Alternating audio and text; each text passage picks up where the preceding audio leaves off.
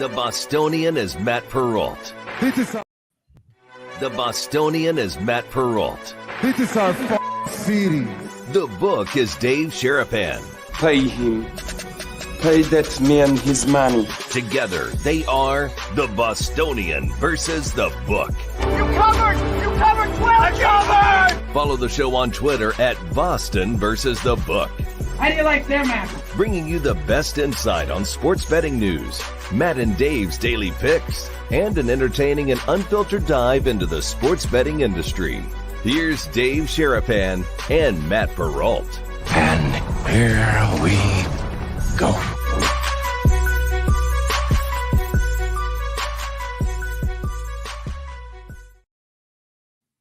Some might be off, but we are not off, boys and girls. Welcome into a fresh and new, live and local, well, live and national version of the Bostonian versus the book. Dave Sharapan, the book, Matt Perrault, the Bostonian. We are live on our YouTube channel as we are each and every day, Monday through Friday at Boston versus the book. Twitter, X as well, replayed on Sirius XM, channel 159, and on Sports Grid TV. Big day in the sports world. Daytona going on, hockey going on. How are you, sir? Pittsburgh Penguin hockey day for you. My Bruins just can't stop giving up goals. 2-2. I bet the under in that game, so that bet is dead, under 6. I jumped in on that, but we got hockey all day today. How are you on this Monday? Good. I'm still living off the high of the Jaromir Jagr retirement ceremony. It was awesome. If you have ESPN Plus, go back and watch it. It's 45 minutes. It's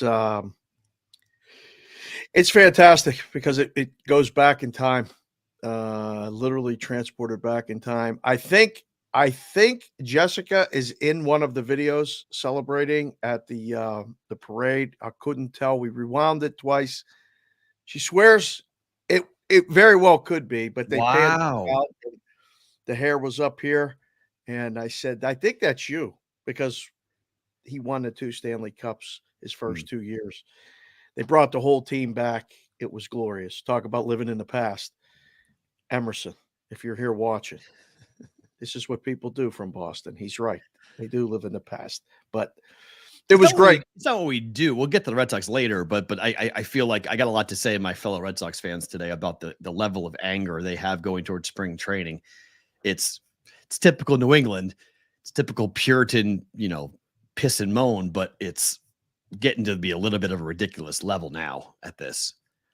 That's par for the course. And Emerson is now a Red Sox fan. Like, where did this come from? Emerson wants to be from Boston. Red Sox fan. No, he wants to be a Red Sox fan. When you live there, you want it. I mean, if you embrace it, he's been there long enough. He wants the team to be good. Of course, it's more fun when the team's good. Trust 100%, me. 100%, way more. No, it's way more. But it's funny because it feels like the sports world. I don't know. Maybe it's because I'm 46 and I've lived through enough that I'm cool with it. But like watching, if you haven't watched the Apple TV series, The Dynasty on the Patriots, it's unbelievable.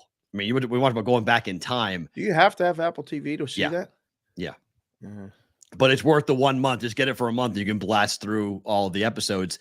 It's incredible. Brady's commentary is wild. The things they talk about. I mean, the first episode is kind of a lot of known stuff, like the run up to the Rams Super Bowl.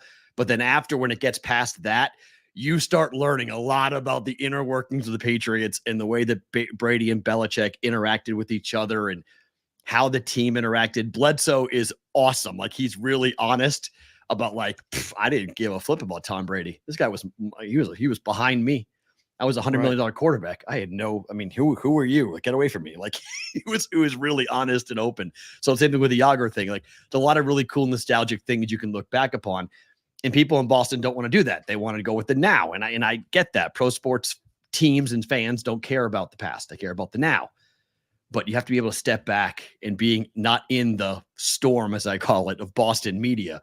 It's easier to pull back and go, hold on a second. Like, just be a little patient.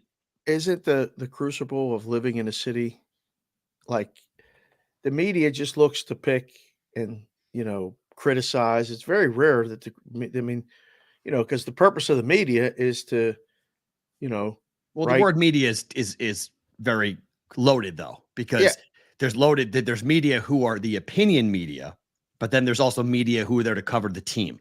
And there's two different things. They cover the team media a lot of times too.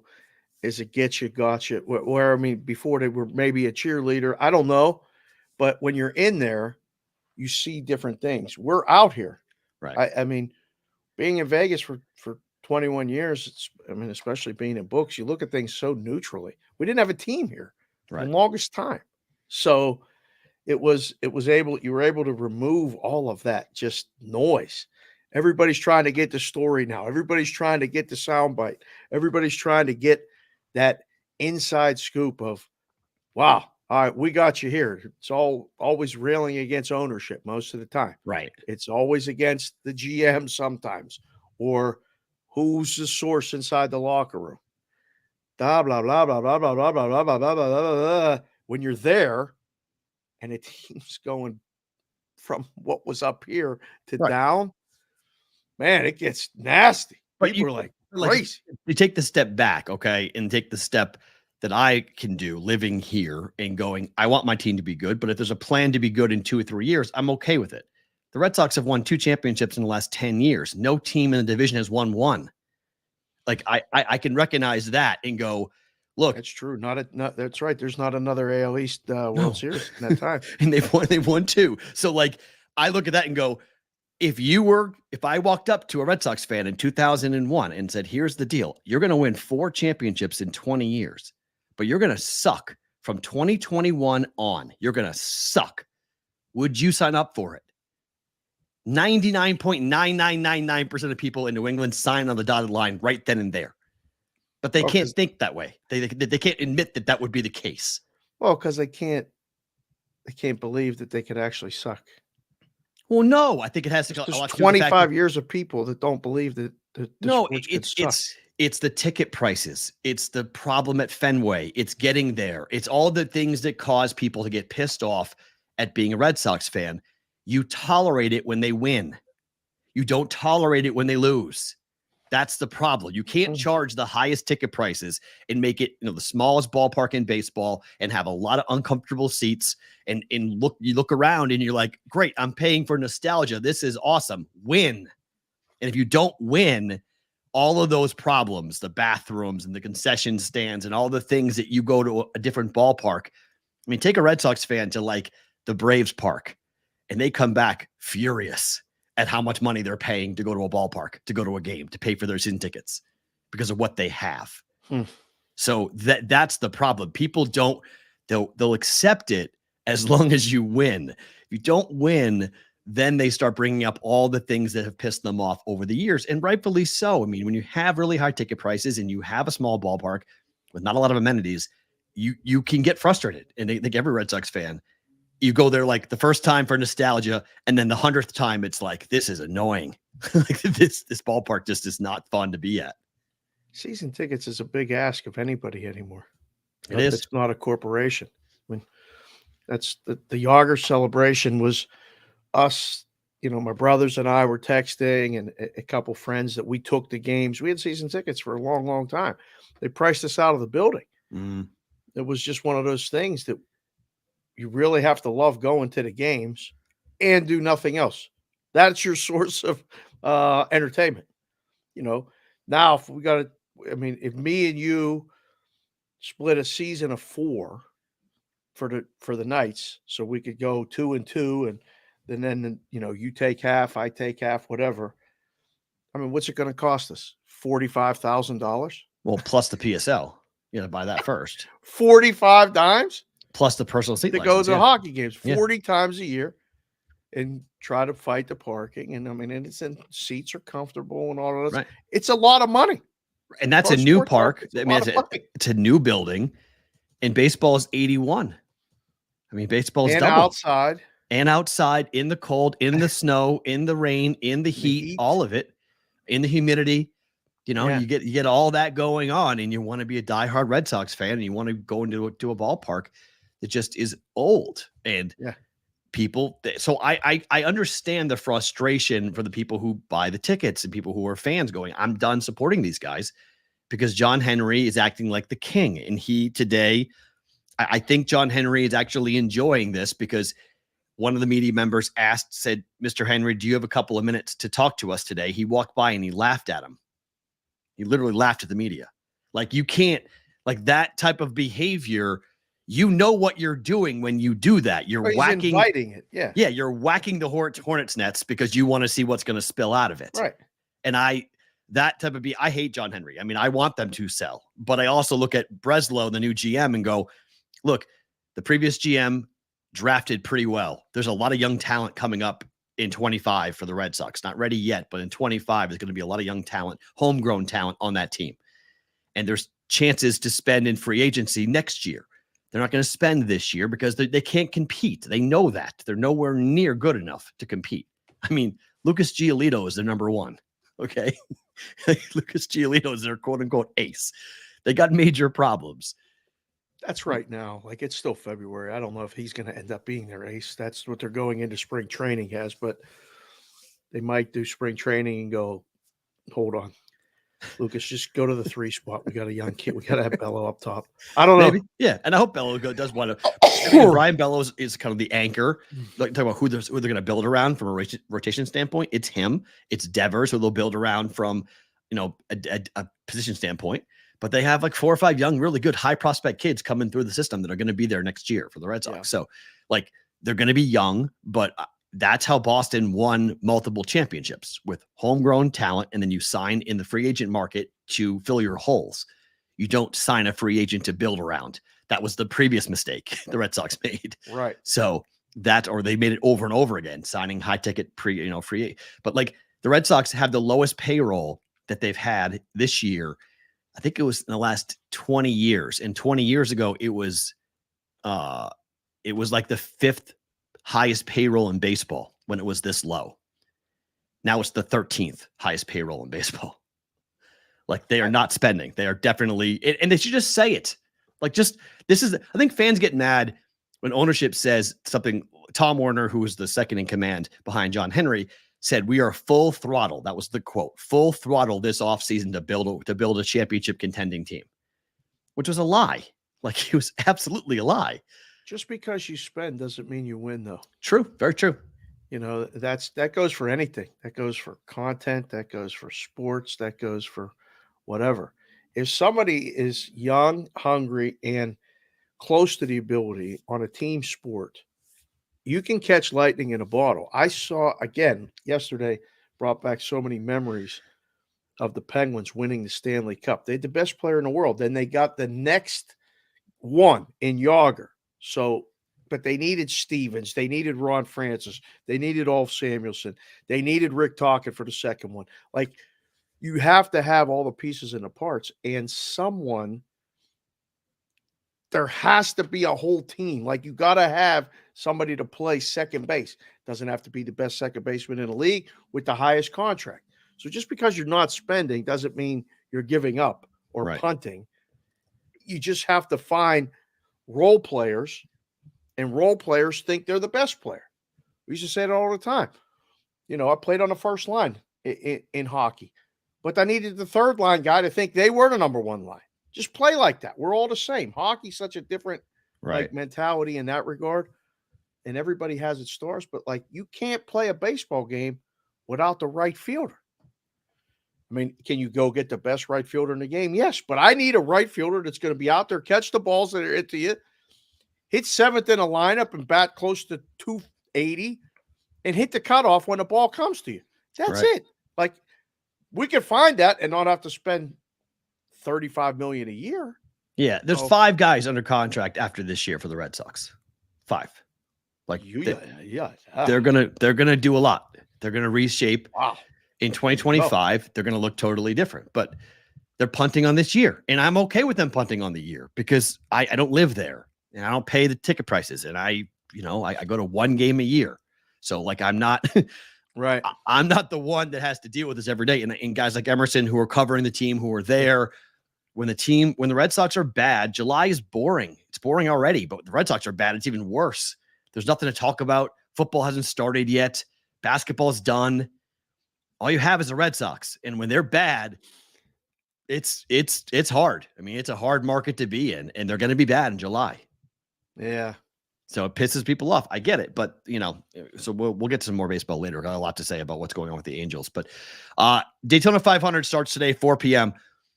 I'm liking Chevy. to win this, a Chevy car. It's a prop. I like big, but the manufacturer prop all the time. So that's what I'm on. If you want to trail that, you can fade that if you want. A lot of folks like Toyota. John Hunter Nemechek is driving in the Daytona 500. And this is a crazy, he's 40-1. He's not going to win the thing, but I'm so happy for the kid because I've been doing radio and content with the Nemecheks dating back to 2018. And now his Joe's son is driving in the Daytona 500, something we talked about him doing, 7 years ago when we first started talking about doing content and radio. It was John Hunter's going to be a really good driver, and he's driving in the Daytona 500 today, which is crazy to me. Nice. And I hope the kid does well. But there's controversy out of this. So FanDuel decided, and the Daytona 500 is similar to the Super Bowl. People have been betting on the Daytona 500 for months. Oh, yeah, it's been up since New Year's for sure. FanDuel decided after the race was rained out and rescheduled for 4 p.m. Eastern that they could execute their 24-hour rule and void every bet. Eliminating all the CLV that people had on drivers. There were people who had 40-1 on drivers who are now 9-1, 10-1. Yeah. Big prices, eliminating all the risk. Is this fair to do? It's their book. That was my answer. Terrible. What's the purpose of taking the bets before? Just put it up the morning of. Take the bets. I mean, that's I don't know.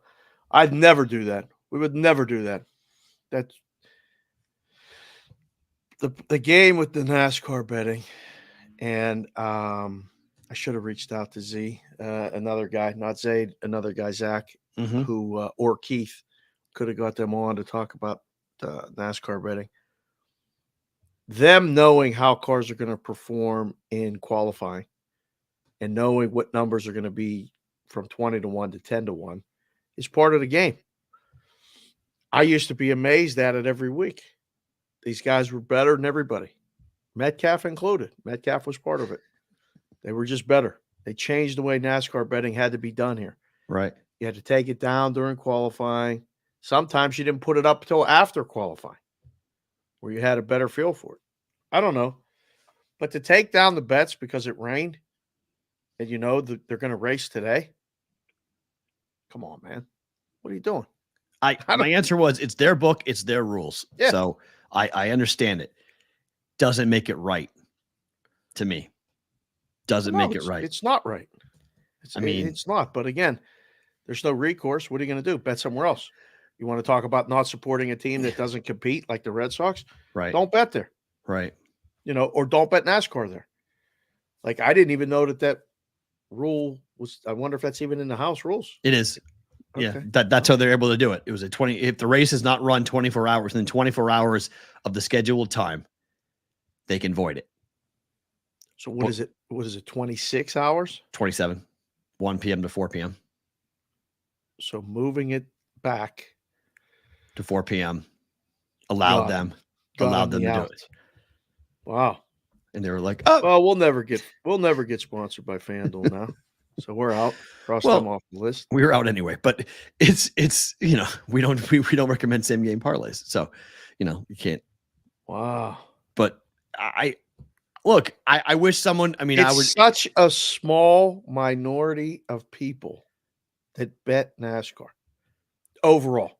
Yeah, somebody said though, football, basketball, baseball, hockey, tennis. But it's the Super Bowl though. So someone was like, "This is the biggest event. This is the biggest betting event." So there could have been a big red number that could have had a lot of liability on certain drivers. I'm with you. That's what I mean.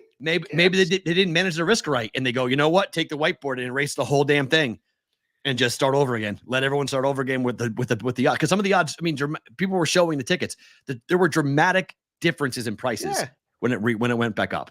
Absolutely. Yeah, that's. Listen, I don't like to criticize other people doing the job, but if I was in that risk room, I'd have stood on the table and said, "You're not doing this. The negative publicity, one, is not worth it. Two, What are we doing? We're booking bets. We've been booking bets. You guys aren't booking bets by canceling this because of the rain for a 3-hour loophole." Yeah. they probably would have fired me on the spot. Dave, shut up. We're doing it. What are you going to lose? Like, what are they going to lose? They're going to lose, 58,000 if Truex wins? Come on. God, it's not a good look. Not a good look. Not a good look at all. On the other side of the counter, I was stunned by this. And I'm starting the show with two sports betting topics because I think it's worth putting it at the top, because normally these topics are at the end of the show. I'm putting these topics at the top of the show because I want to talk about them so aggressively as to what happened, make sure everyone sees them. New Jersey sportsbooks won $170 million on sports betting in the month of January. A record for the state of New Jersey. Almost all of it on parlays. Almost all. They didn't make money anywhere else. On straight bets, they didn't make money. What the hell is going on in New Jersey? Why are people obsessed with parlays in New Jersey? Not sure. Because I was expecting, when I was watching a video somebody did on these numbers, I was expecting it to be like ping pong, like Colorado, or like something weird, like something not. It was parlays. Like this is a small population state losing 100. They got a lot of people to live there. There's 20 million people live there. Jersey's small. New York's big. The tri-state area is big. The state of New Jersey is small.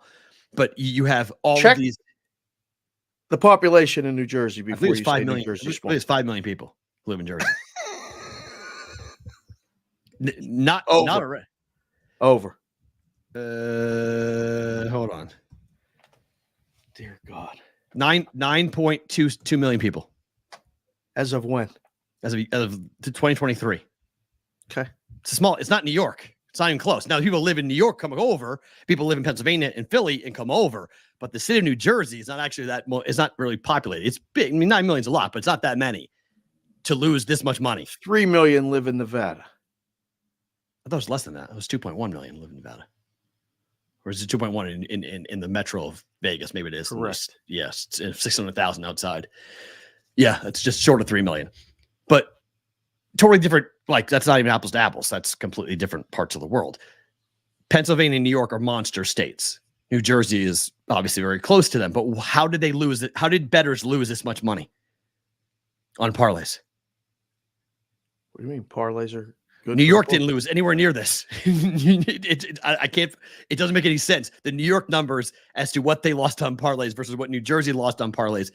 I think the person who was reading it said 25 million in parlay betting in New York in January and 170 in New Jersey. Right. Why do you think that is? I don't know why. I can't figure this out. It doesn't make any sense to me. Really? What do you? I mean, how? It's a parlay. It's parlay betting. There can't. It's how can it be an inside job if you're telling people that this is public betting? Is it not? You're gonna have to ask somebody inside. This number is striking to me. Like, what is going on in New Jersey?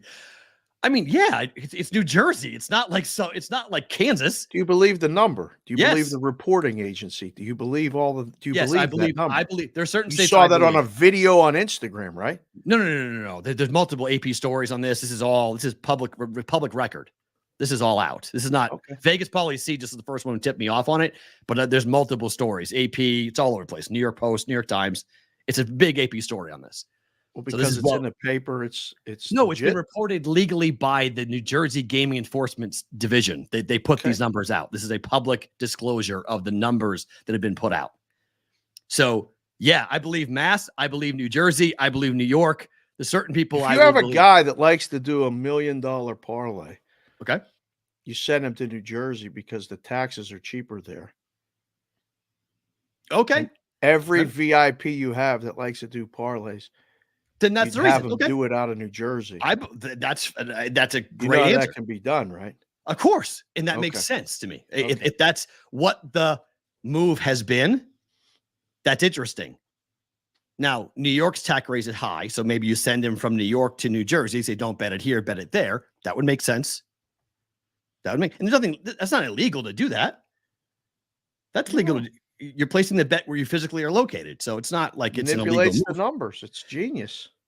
It does manipulate the numbers. That's true. It does. But manipulates the numbers. Losing is still losing.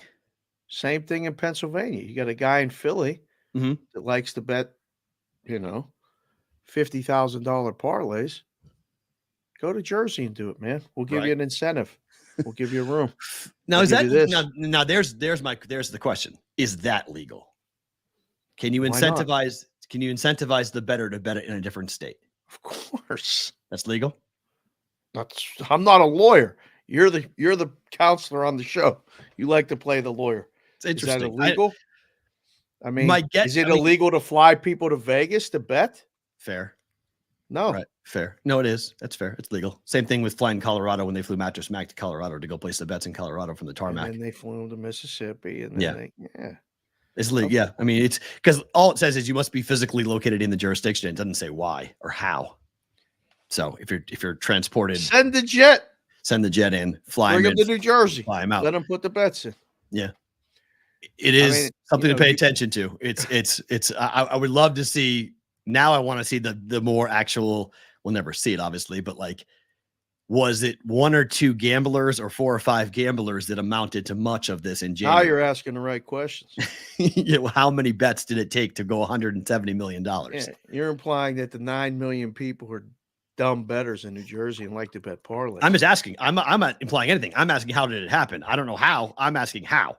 Because that number is a record. We've never seen anyone lose. We've never seen in one state someone lose, the public on parlay betting. We've never seen them lose this number before in one state. Football Guy 97, the tax rate difference between New York and New Jersey for the books is 51% to 11%. Yeah, that's that's wrong. That's Much different. Tax rates for New Jersey online sports betting, I believe, is 11%. Something It's like 51 in New York. It's 51. So if you're a book, it's a little different. And you want to take a bet, but you don't want to pay the taxes like you would in one place to the other, you direct them there. Pennsylvania's 36%, I believe. Oh wow. New Jersey's 11. So that's a very good explanation, as to what's going on. And then we need to find out how many. Again, the books aren't going to tell us, but was it a small number of people placing very large parlays? Which goes back to my point about limiting bettors, which I can't stand, because if you're allowed to take a $50 million parlay or a $25 million parlay, where the hell you were taking from somebody, that should be available to anybody. Yeah. I don't know. When a guy's down, what, 100 million, do you care at that point? If there's customers that are down $100 million lifetime with you, right? Do you care what he's betting? Probably not. You shouldn't. No, but you should let that guy bet whatever, whenever he wants. In fact, wherever he wants. But if you can incentivize him to go to New Jersey to boost up your New Jersey numbers, and you pay less taxes, and you can make your quarterly reports look a certain way, you do it. I mean, Meadowlands is tied to who again? The Meadowlands Sportsbook? FanDuel. Okay. So they won $113 million. Pretty good. That's in one spot on parlay betting in January. It's pretty good.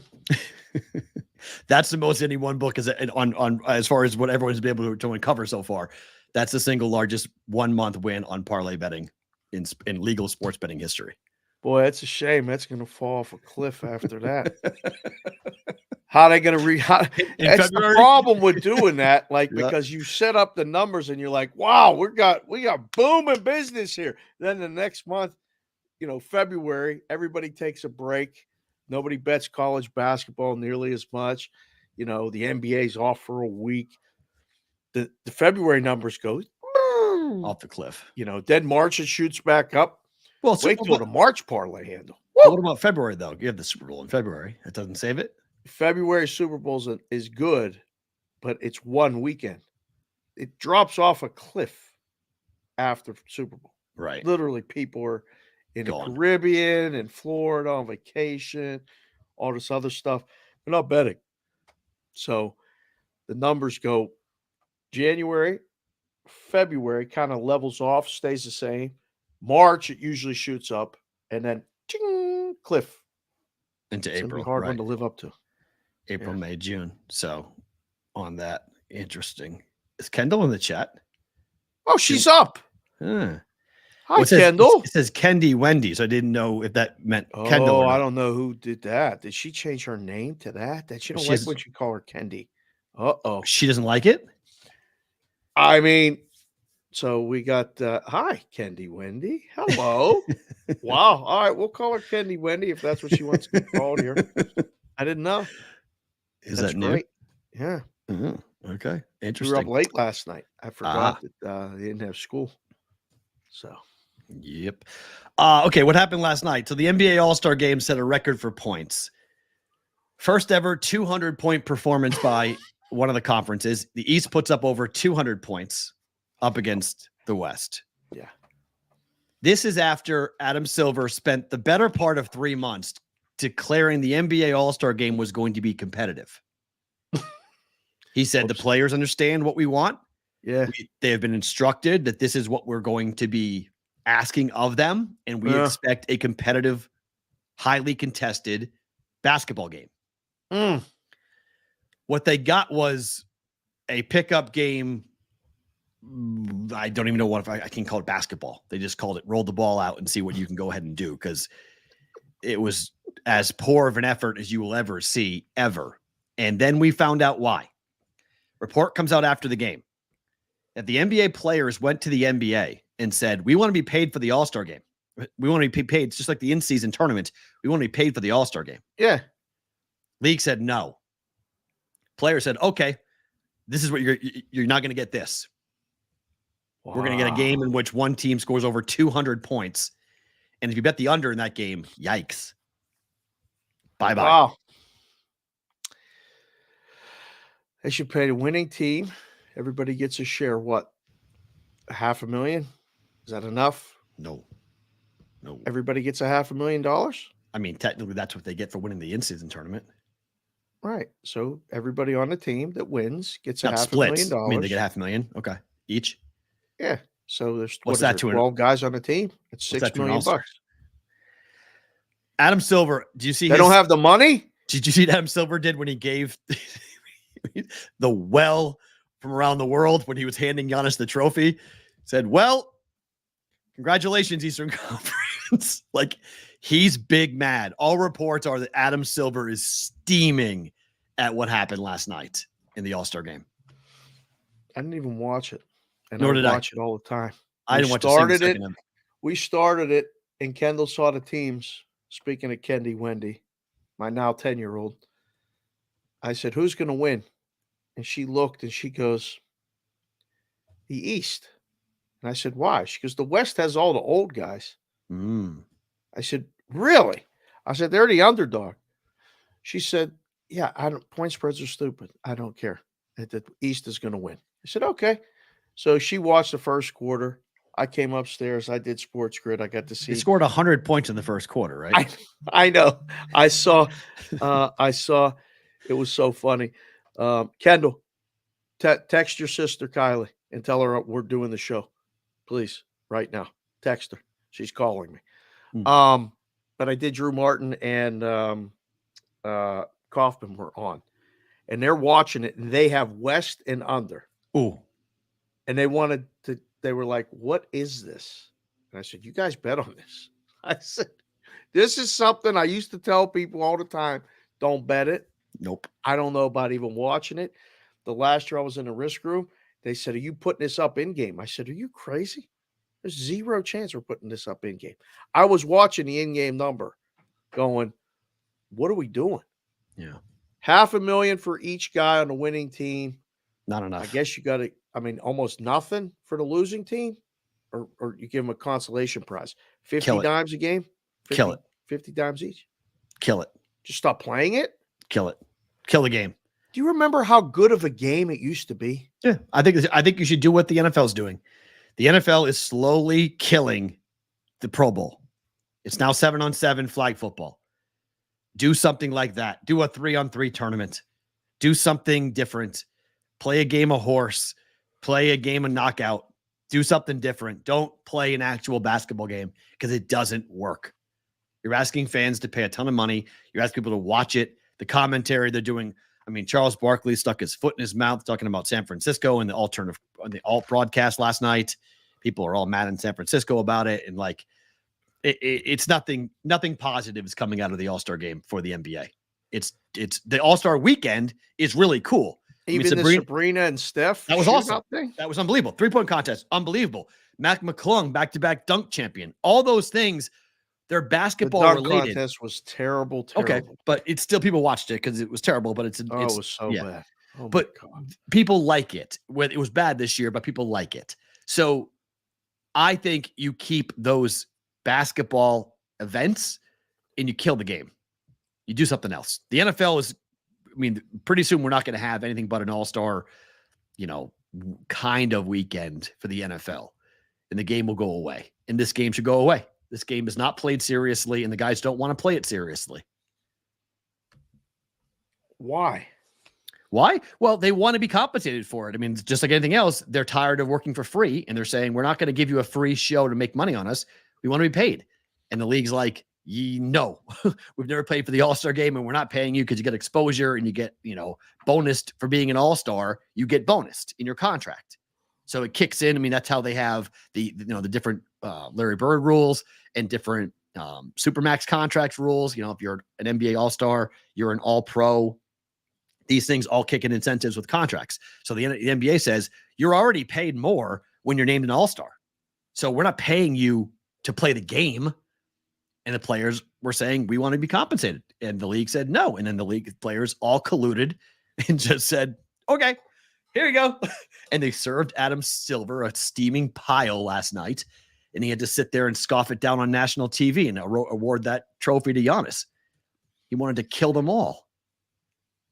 It's amazing how much money they make for All-Star Weekend and all the sponsors and all this other stuff. It's a gigantic event.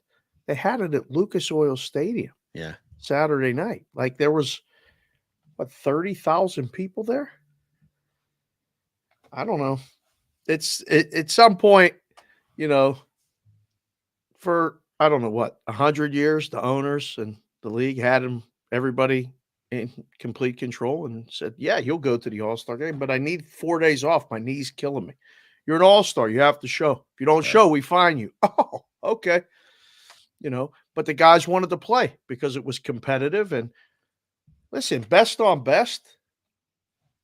I love playing with new guys. I loved every All-Star game I played in. I played in like a lot of them, but as you got older, one, it was a great way to meet someone that you played against that you couldn't stand.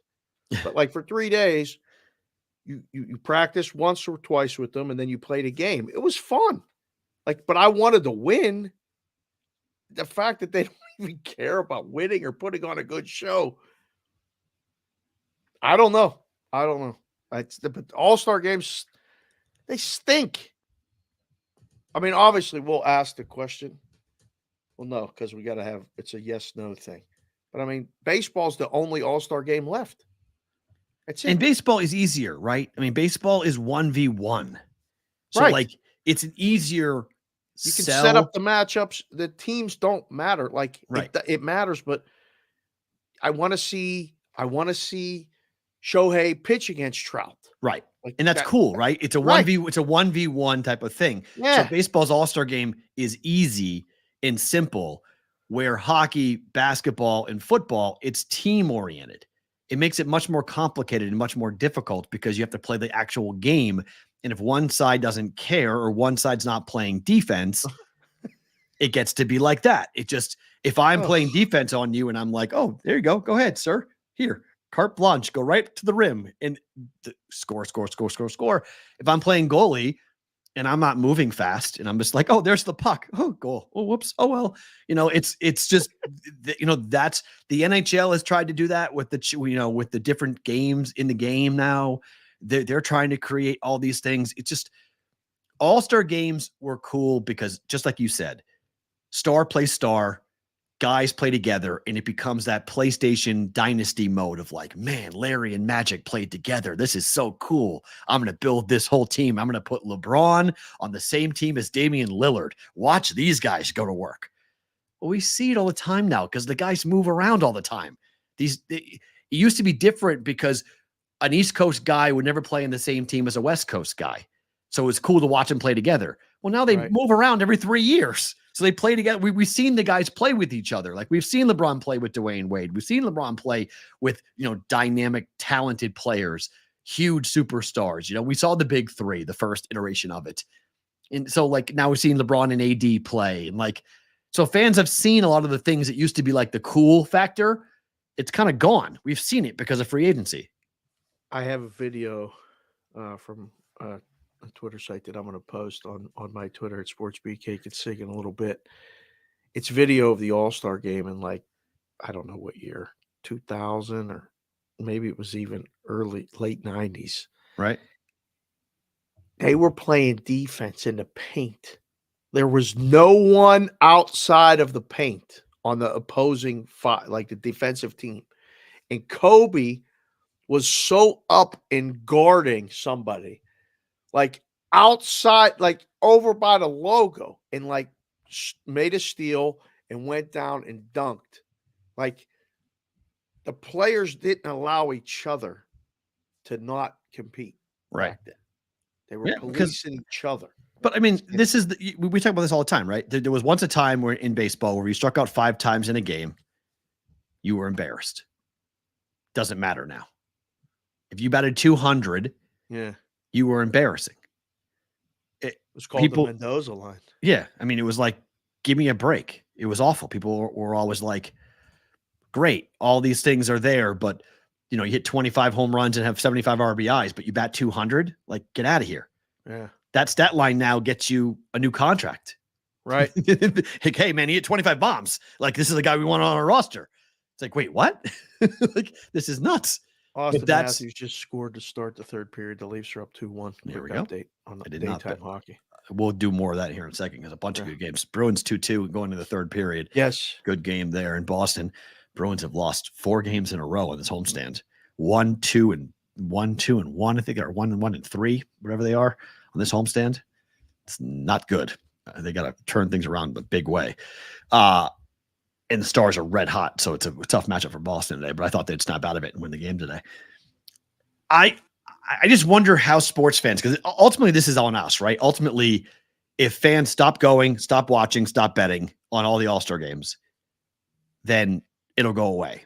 But it feels like baseball, because the home run derby has so much interest, both in the marketplace that the game's being played and in the betting marketplace. People love to bet it, love to watch it, that's not going anywhere. Like baseball, for all its ills, baseball seems to have the All-Star game right, and it's not going to move.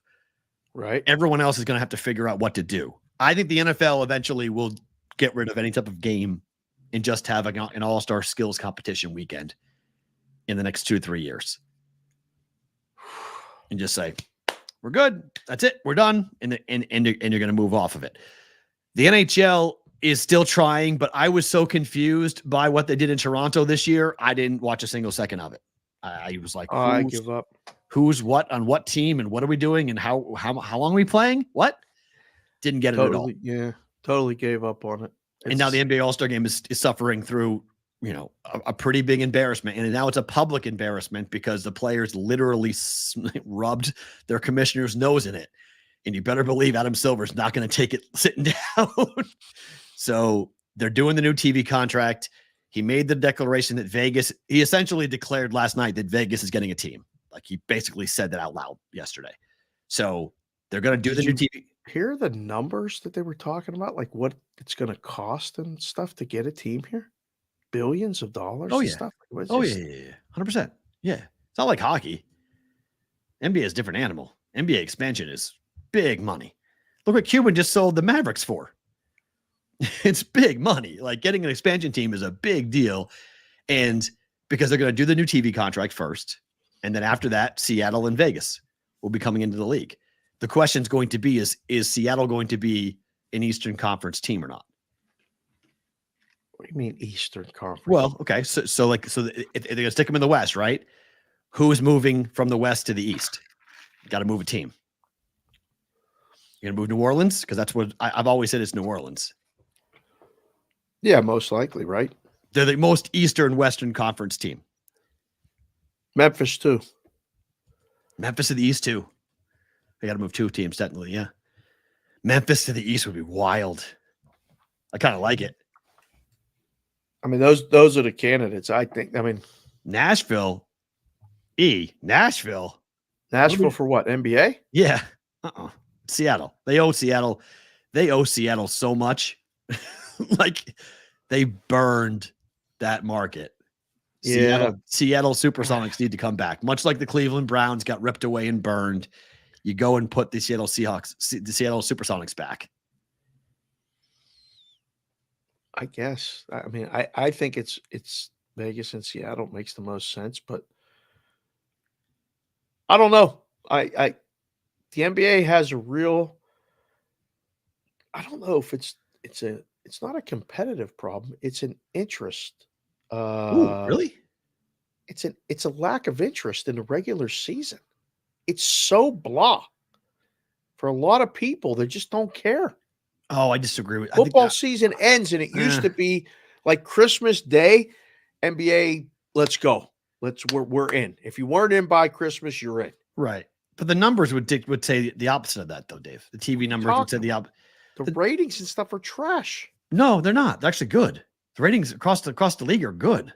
And NBA ratings are good. And attendance is up. Yeah. NBA's got, TNT does really well. TNT and all their, that's like the number one studio show in all of sports. Studio show's phenomenal. And people watch it and then they watch the game. Show more than the game. Then they watch the game. But they watch the studio show, then they watch the game. So like they watch that show. Ratings on the NBA are not poor, not bad. Certain markets are suffering because they're not good. But the Golden State Warriors print money.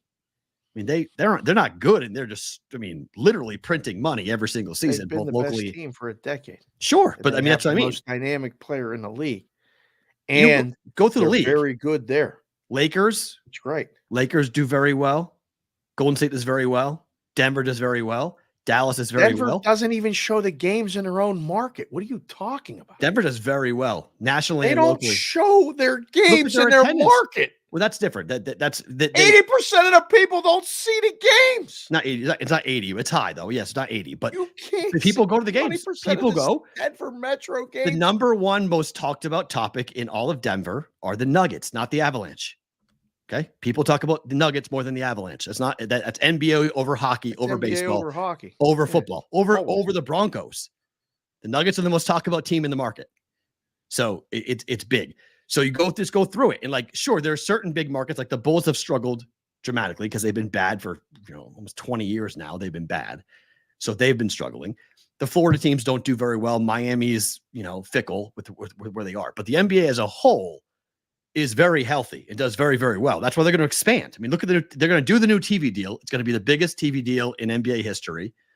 It's going to be an absolutely huge deal with different streaming components, and Amazon and Apple and all these different people are going to come in and get games. And then they're going to expand, and we'll see what they're going to charge. There's rumors that they might waive the expansion fee, but they might not. So we'll see what the league wants out of the ownership. Is it Shaq? Is it LeBron? Who gets it in Vegas and who gets it in Seattle? But they're going to make $5 billion it's going to cost to get the thing in. So, I think the NBA is as healthy as it's been. It's just going to be, where does the league grow in the post LeBron era, which is coming soon? LeBron said yesterday he wants to retire as a Laker, but LeBron's going to go away here soon. And 2-3 years max. There's a massive changing of the guard, and who will be the face of the NBA? That's going to be really interesting. My guess, this is where Joel Embiid's got a chance to do it. If Joel Embiid can win a championship, Jokic already has won one, but tough to have a team in Denver be the quote face of the league. Huh. But I'll be very curious. We're going to see a very unique spin here for the NBA in the next couple of years. Oh, they're spinning it all right. Because who's going to be the next? Who's going to be the next? next person. I don't know who's going to take over that mantle of, we've gone from Michael to LeBron.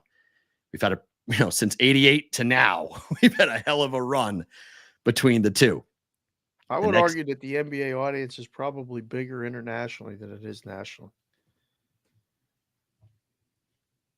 The NBA is big internationally. It's big and different depending on the country. I mean, not all international countries. There are some that are big. There are basketball hotspots for sure.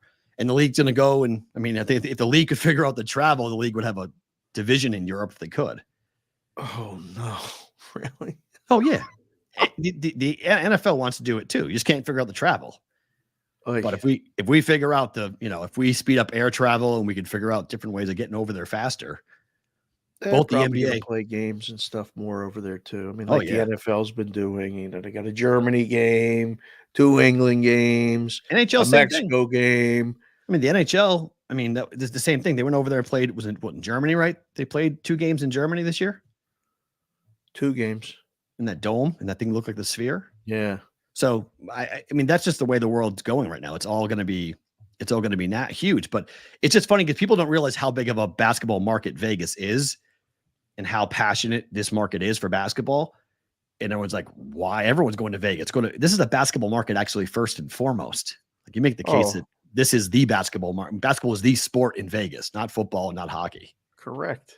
But people don't know that though. Like they don't realize how passionate. Oh, it'll be huge. Because UNLV is bad and people don't go to the games, and you understand why. But people, UNLV basketball made this a basketball town back in the day. And then, the summer league here has always been something. Yeah. AAU tournaments.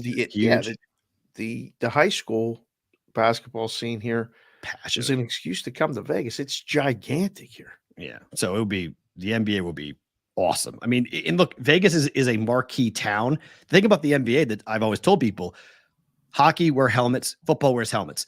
NBA players don't. You have a marquee town, which is, you got to put a name up.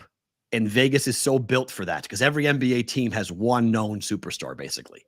Right. So when they come to town, Luka Doncic comes up for Dallas. When Spurs come to town, Wembanyama comes down. When the Lakers are here, LeBron comes up. So it's a ready-made market for marketing, for pushing. Oh, absolutely. And everyone's going to go, oh, I want to go watch so-and-so. Now, again, that's the load management conversation and everything else goes into the problems with the NBA. But for this town, folks will fly in to go to one game, to go watch their team play in Vegas. They will come here for the weekend to watch their team play. Well, we're seeing it with hockey. It's already being done. And it'll be done. It'll be done until people get got. When you come here to watch the Celtics and Tatum doesn't play. Right. Yeah. You're going to be like, yeah, we ain't doing that again. Right. Sure. You're right. And then again, you have the anger and you'll have people who, like, I spent my whole vacation time, my money, everything else to fly to T-Mobile to watch my team play. And then you sit. I mean, that's what the NBA is trying to prevent with teams on the road. They're trying to, say, hey, look, unless you have a real reason to sit out, we're going to fine you if you're just going to sit out for the hell of it, especially on the road, especially on national TV games. Right. Which I don't know how you deal with that. It's the same thing the NFL is going through right now. And I know Mike Florio got a lot of slack over the weekend for the tweet he put out about the NFL having an age problem with coaches, but it's a legitimate question to ask. I mean, people are like, this is ridiculous. And he cites that Bill Belichick being 71, Pete Carroll being 72. Belichick got 1 interview. Pete Carroll got 0 with NFL teams that have multiple openings, across the league. Yeah. And saying, look at the 35, 36, 37-year-old coaches. They're all getting jobs in the NFL. And you got guys who have won Super Bowls, sitting there, and they're not even getting talked to. It's the same type of problem that you're running into where, like, the leagues have these PR issues and have these problems going on internally that they've got to fix and got to figure out what to do. Well, isn't that a microcosm for real life? Yeah. I mean, that's what's happening just in general. A lot of times people with experience or whatever being phased out, too expensive. We'll start with someone younger. It's not that important of a job. I love that one. That's my favorite part. Anybody could do it. So we'll just get someone else. I'm not talking about coaching in the NFL. Right. Just But talking about in general, general. Like, right. yeah, you hear that. You're like, okay, gotcha. Leafs just scored again. Woo, Nylander. look out. Here they come.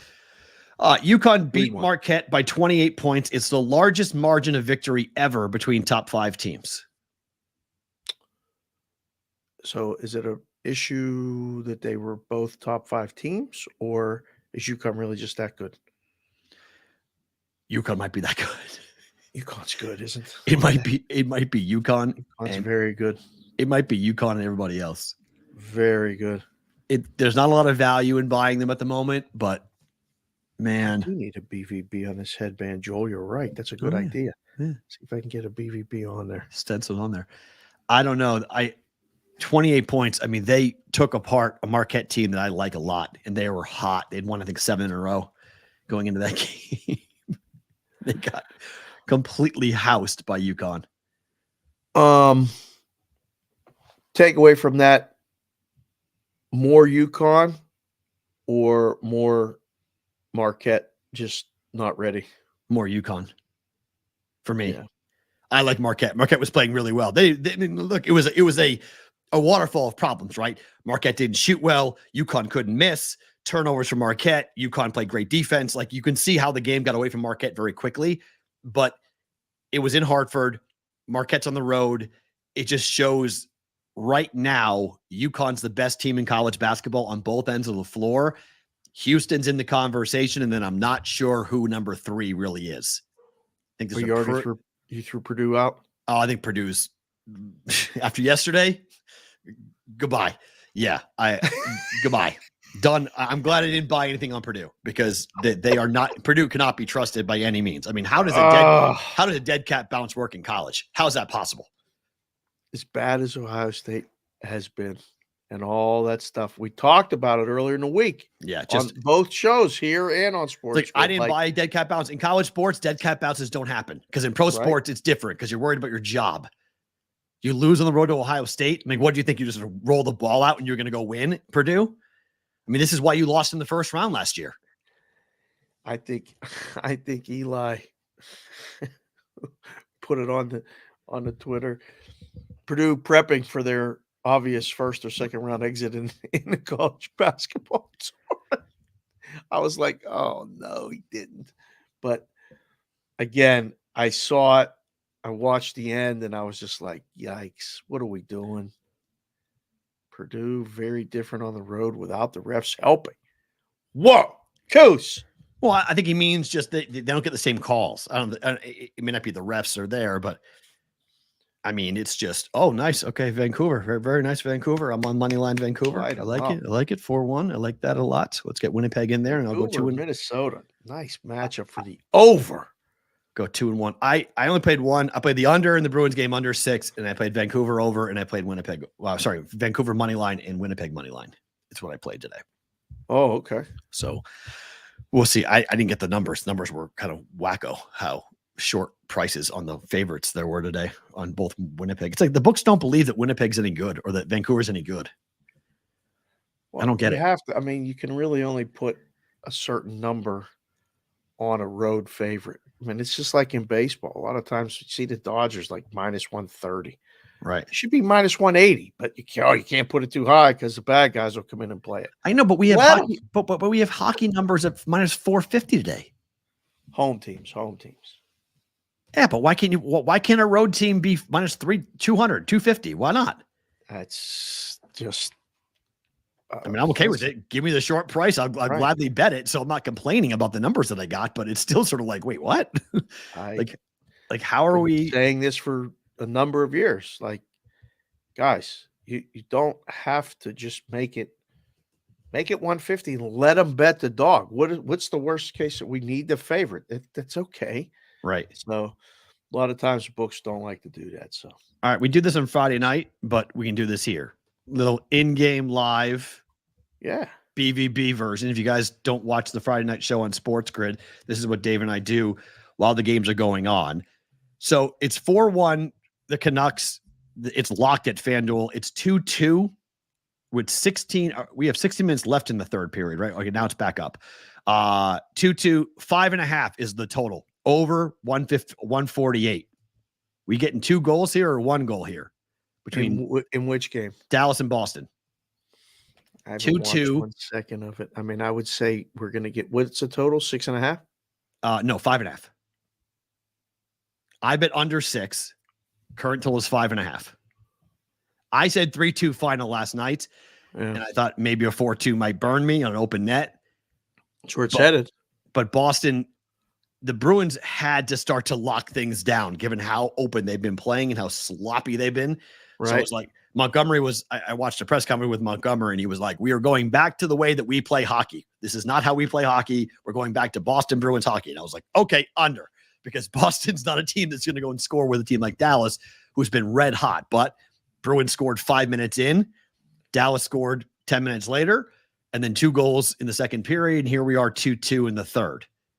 I would lean towards the over. I mean, you would think each team is going to score a goal, or the team that scores, if they score and keep the 3-2 lead, there'll be an empty netter or at least multiple opportunities. And I'm cool with the push. I mean, that's why I like betting 6.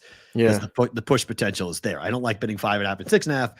I'll do it, but I'd rather bet 6 and then over or under either or, and you wind up getting yourself a push. So, what's the total in the Maple Leafs and Blues game? That's Maple Leafs in the Blues game currently is at 5.5, 3-1. Maple Leafs over the Blues. 8 to play. What's the juice on the under? Under 225. Oh, they're going to change that to 4.5 any second.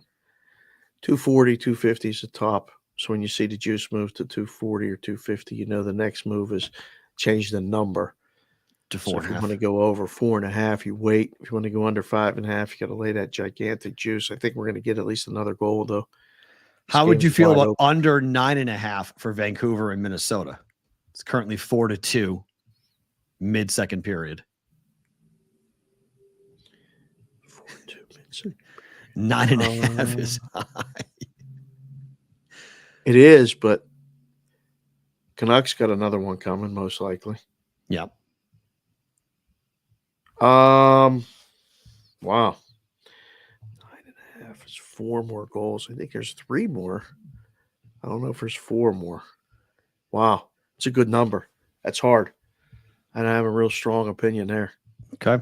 Let's talk about something. We'll watch these 3 games that are currently going on in the NHL at the moment. Again, it's 2-2 Bruins Stars, 3-1 Maple Leafs Blues, 4-2 Canucks in the Wild. Next game up is at 3:40 Eastern. Ask the chat.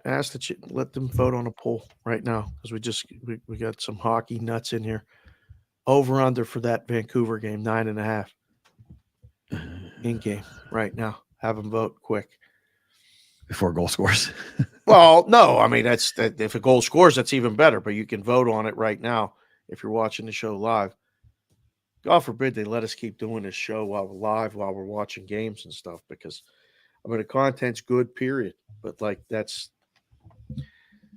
live betting golf yesterday would have been its own trilogy. We'll get to that in a second. That was incredible. What happened yesterday with that? Under. The boys are voting it just in the chat, which again we appreciate. If you're here, hit the like button, hit the subscribe button. We're short. We didn't make the 2 dimes. People following the YouTube came close channel. though. We came close. We're almost there now, but we didn't get there by Super Bowl. That was the goal. So that's okay. We can allow to have goals and not attain them too. Part of life is learning from that. Winnipeg minus 130 at Calgary. Total is 5.5 for this game. This game will kick off at 4:10 Eastern, dropping the puck. Under 5.5 is juiced. So we got 30 minutes till the puck drops there. Yep. Total's down to 126 at Fanduel.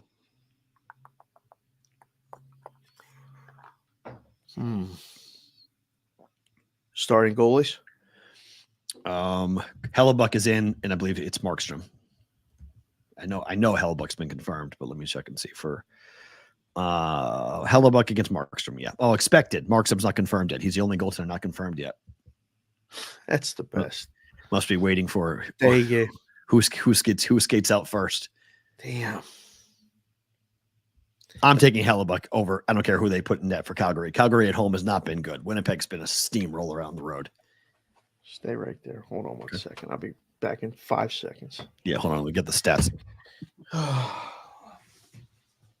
have my stats. I can give you my stats here for Winnipeg and Vancouver, for that matter. But Hellebuck in net has been tremendous. Really, anywhere he plays, he's been tremendous with a 2.1 goals against average. So I like Hellebuck a lot. You changing on your TV? Yeah, I didn't have my remote, and these alerts come up for notices, and they don't move until you hit them. Oh, God bless these people in my house, all of them. I love them dearly. But I need a reminder every time something Knights comes up. Because the game's starting soon. Right. The Knights. Right. Coming Winnipeg, Calgary, who do you like?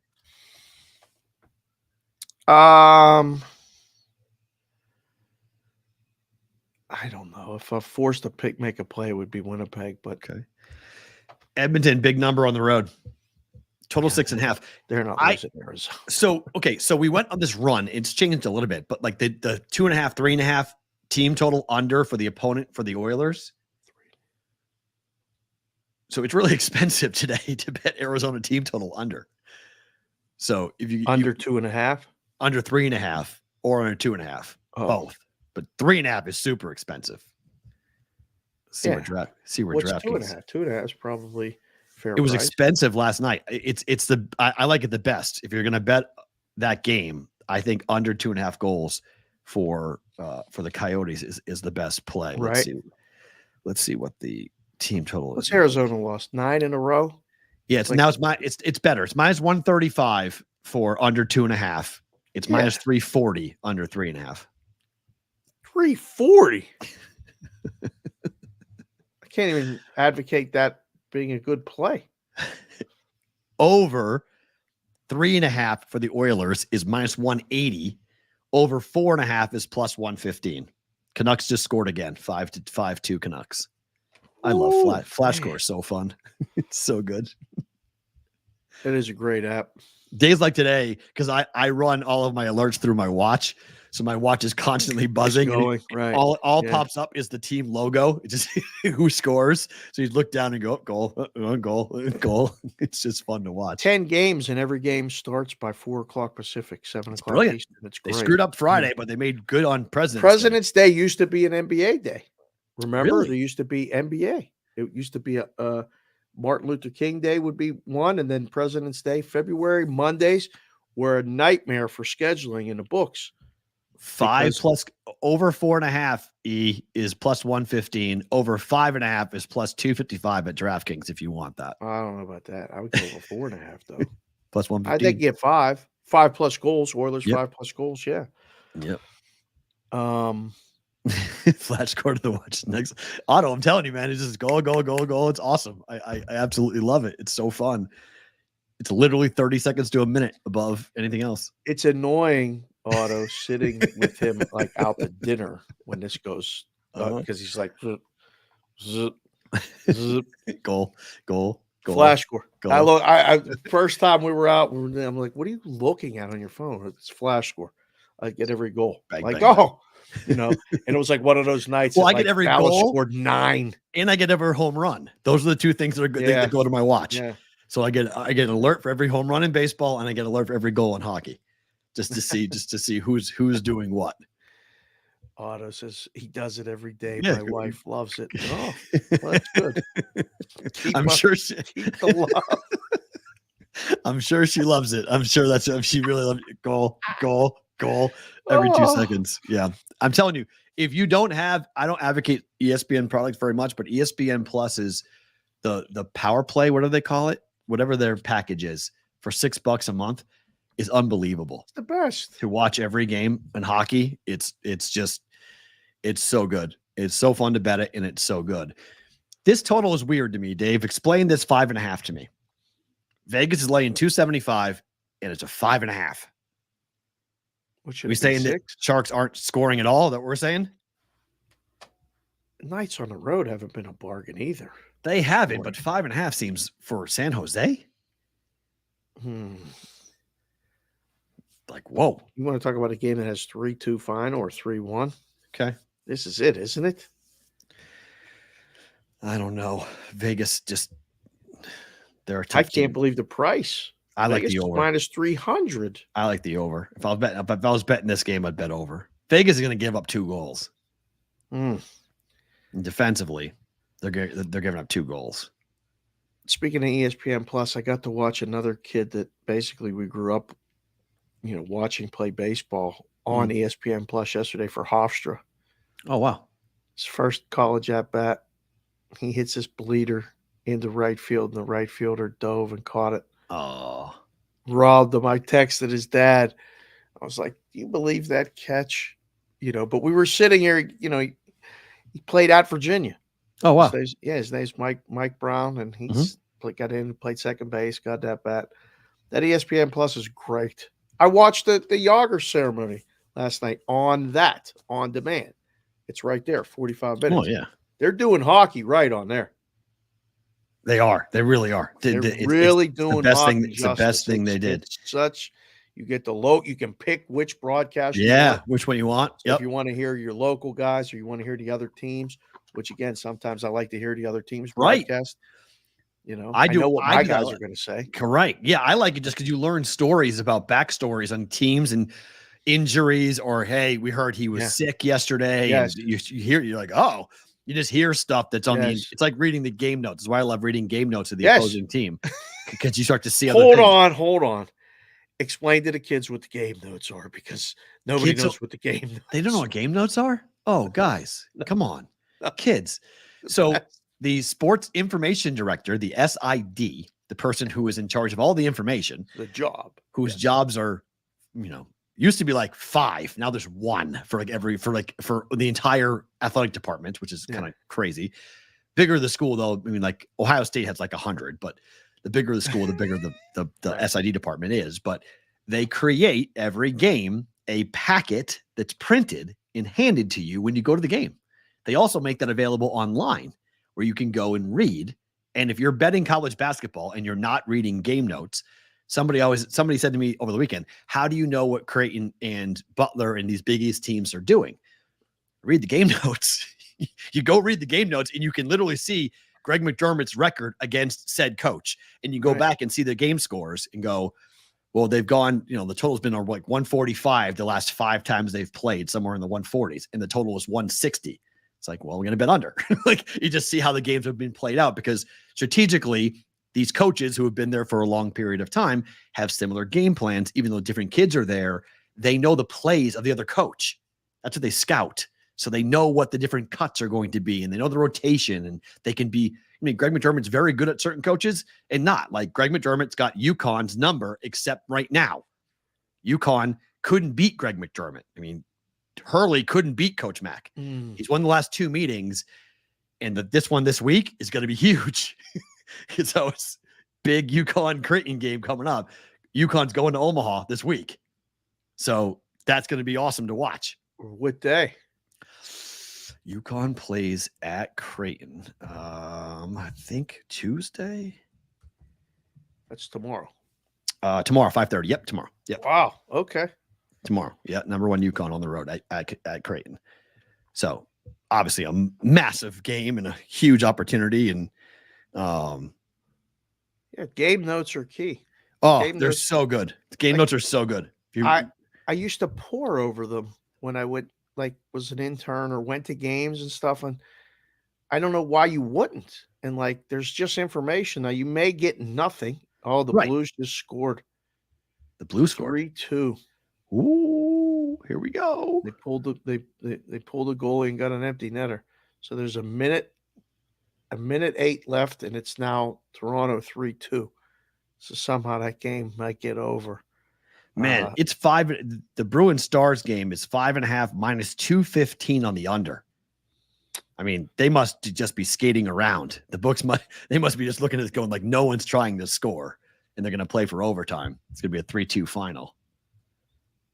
Because you can go big plus prices, plus 164 on the over right now.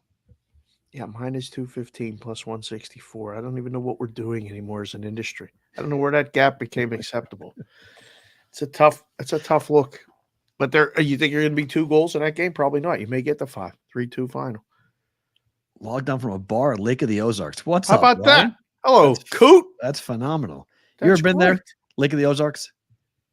I don't even know where that's at. Missouri. Party Cove is so fun, man. Oh. One of my boys almost got a DUI on the driving a boat. Is it nice weather Party there Cove? right now in February? No, not really. Oh, okay. Leafs scored. Did the Leafs just score? Yeah, they did. Leafs just empty scored. netter.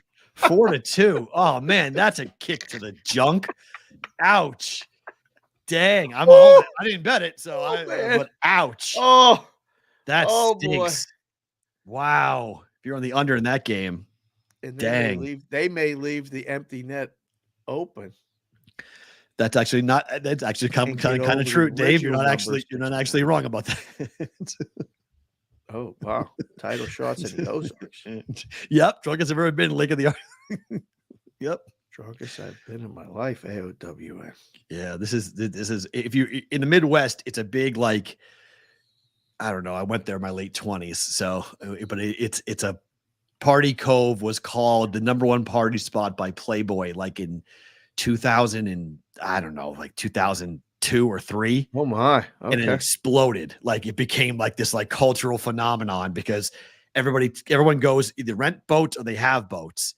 It's on the Lake of the Ozarks, and you tie all the boats together, and you essentially go walking between boat, and then you stop and talk to people and talk to girls and share different things and drinks and whatever, and it turns into just an absolute madhouse. Oh boy. Drunk people driving. And so the cops sit at the front, at the mouth of Party Cove, and they pull you over, and it's the same as driving a car. They breathalyze you, they field sobriety. Yeah. And if you get a DUI in the water, it's the same as getting a DUI in a car. At least in Missouri it is. Did that party thing on a boat like during bike week in Laconia. Nice. Yeah. On Lake Winnipesaukee. Hell yeah. Yeah. Uh-huh. I've done it. Yeah. That was the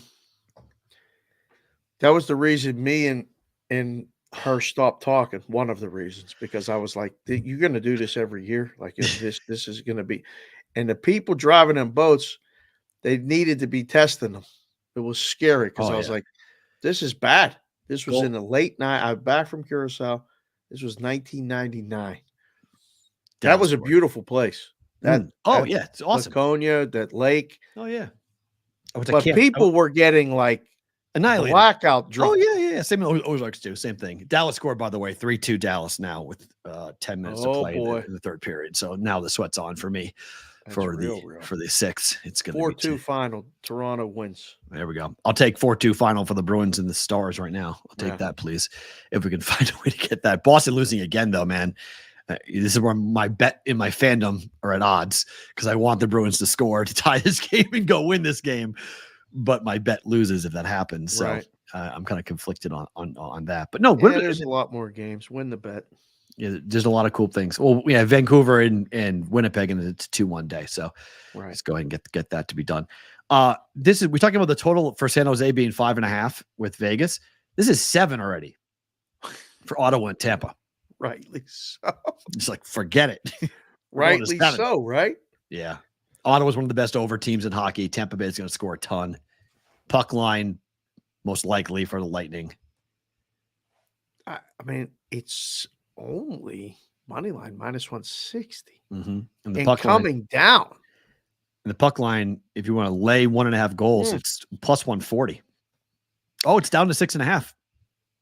Oh, because they don't do that at FanDuel. It's minus 150 on 6.5. Right. 7 every other book. So now, I mean, they're canceling NASCAR bets and they're making the juice on totals minus 150. Yeah, plus 122 in the comeback too. Again, I guess once you got everybody in, you just offer them the prices, whatever they want. But not plus 140 because people don't know. I mean, Dave, if I hadn't been doing this for as long as I have in talking to you every day, I wouldn't know that price discrepancy. I had to explain something the other day, a dime line, and they're like, "Why does everyone keep saying dime line, dime line? What's the difference? What's a dime?" It's like the more people get into betting, and the more they realize the splits, and the more talking about the differences in the splits and how it used to be done, where you would go, well, why is it only plus 122? If it's minus 150, why isn't the price where it should be? Right. Well, because they're not using a dime line. It's a quarter line. It's a quarter line. Right. No, they're just making it up. There's no pay table for that. It used to be minus 150 was plus 140. Yeah, dime line. Then it got to be spread to be minus 150. You could go to plus 135. Then the most egregious thing you could do would do minus 150 plus 130. And you set up the table so every time you're at minus 160, you're at plus 140, minus 170, plus 150.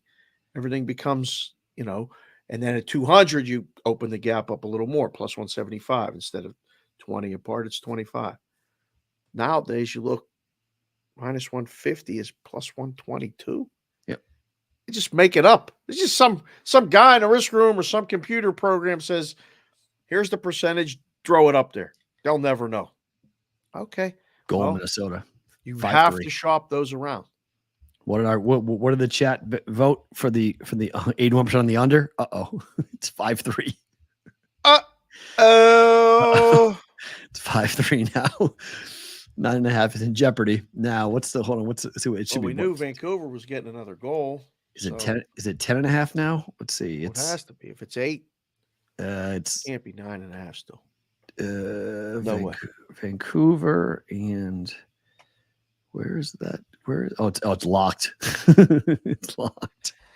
Let's see. It's 5-3. It's locked. So let's see when it pops back up again. It must be 10.5. It's got to be. 10.5. Yep. Up to 10.5. Oh boy, that's a big number. Yeah, and look, that's Joseph Myers. I think this is, a lot of people are asking those questions about pricing, and Dave compares it to a gallon of milk, but more people are learning about the gallon of milk price and going, well, wait a minute. Are we just like throwing these things up and just going, there's no rhyme or reason for why you're coming up with the numbers on the take back? And hockey betting is different because I think the prices stand out more in hockey betting because your totals can only be a certain number. It's 5, 5.5, 6, 6.5, or 7 or 7.5. So right. The totals in hockey, the pricing, I think you pay attention to it more because you see the price and you're like, all right, it's 6.5. You start shopping around and you're like, why are these numbers so different? Like you're at 7, juice to the under. You're at 6, juice to the over, but your pricing doesn't make any sense. The price margin is so far discrepant, like it doesn't make any sense. And so people are starting to ask, I think the more experienced bettors start to ask the right. 5-4. Wow. Two quick ones. Fast. 2 quick ones for the Wild. 5-4 now. We're at 9. 11.5. Might be over that 9.5 by the end of the period. No, goodness. That's the end of the period now. Okay.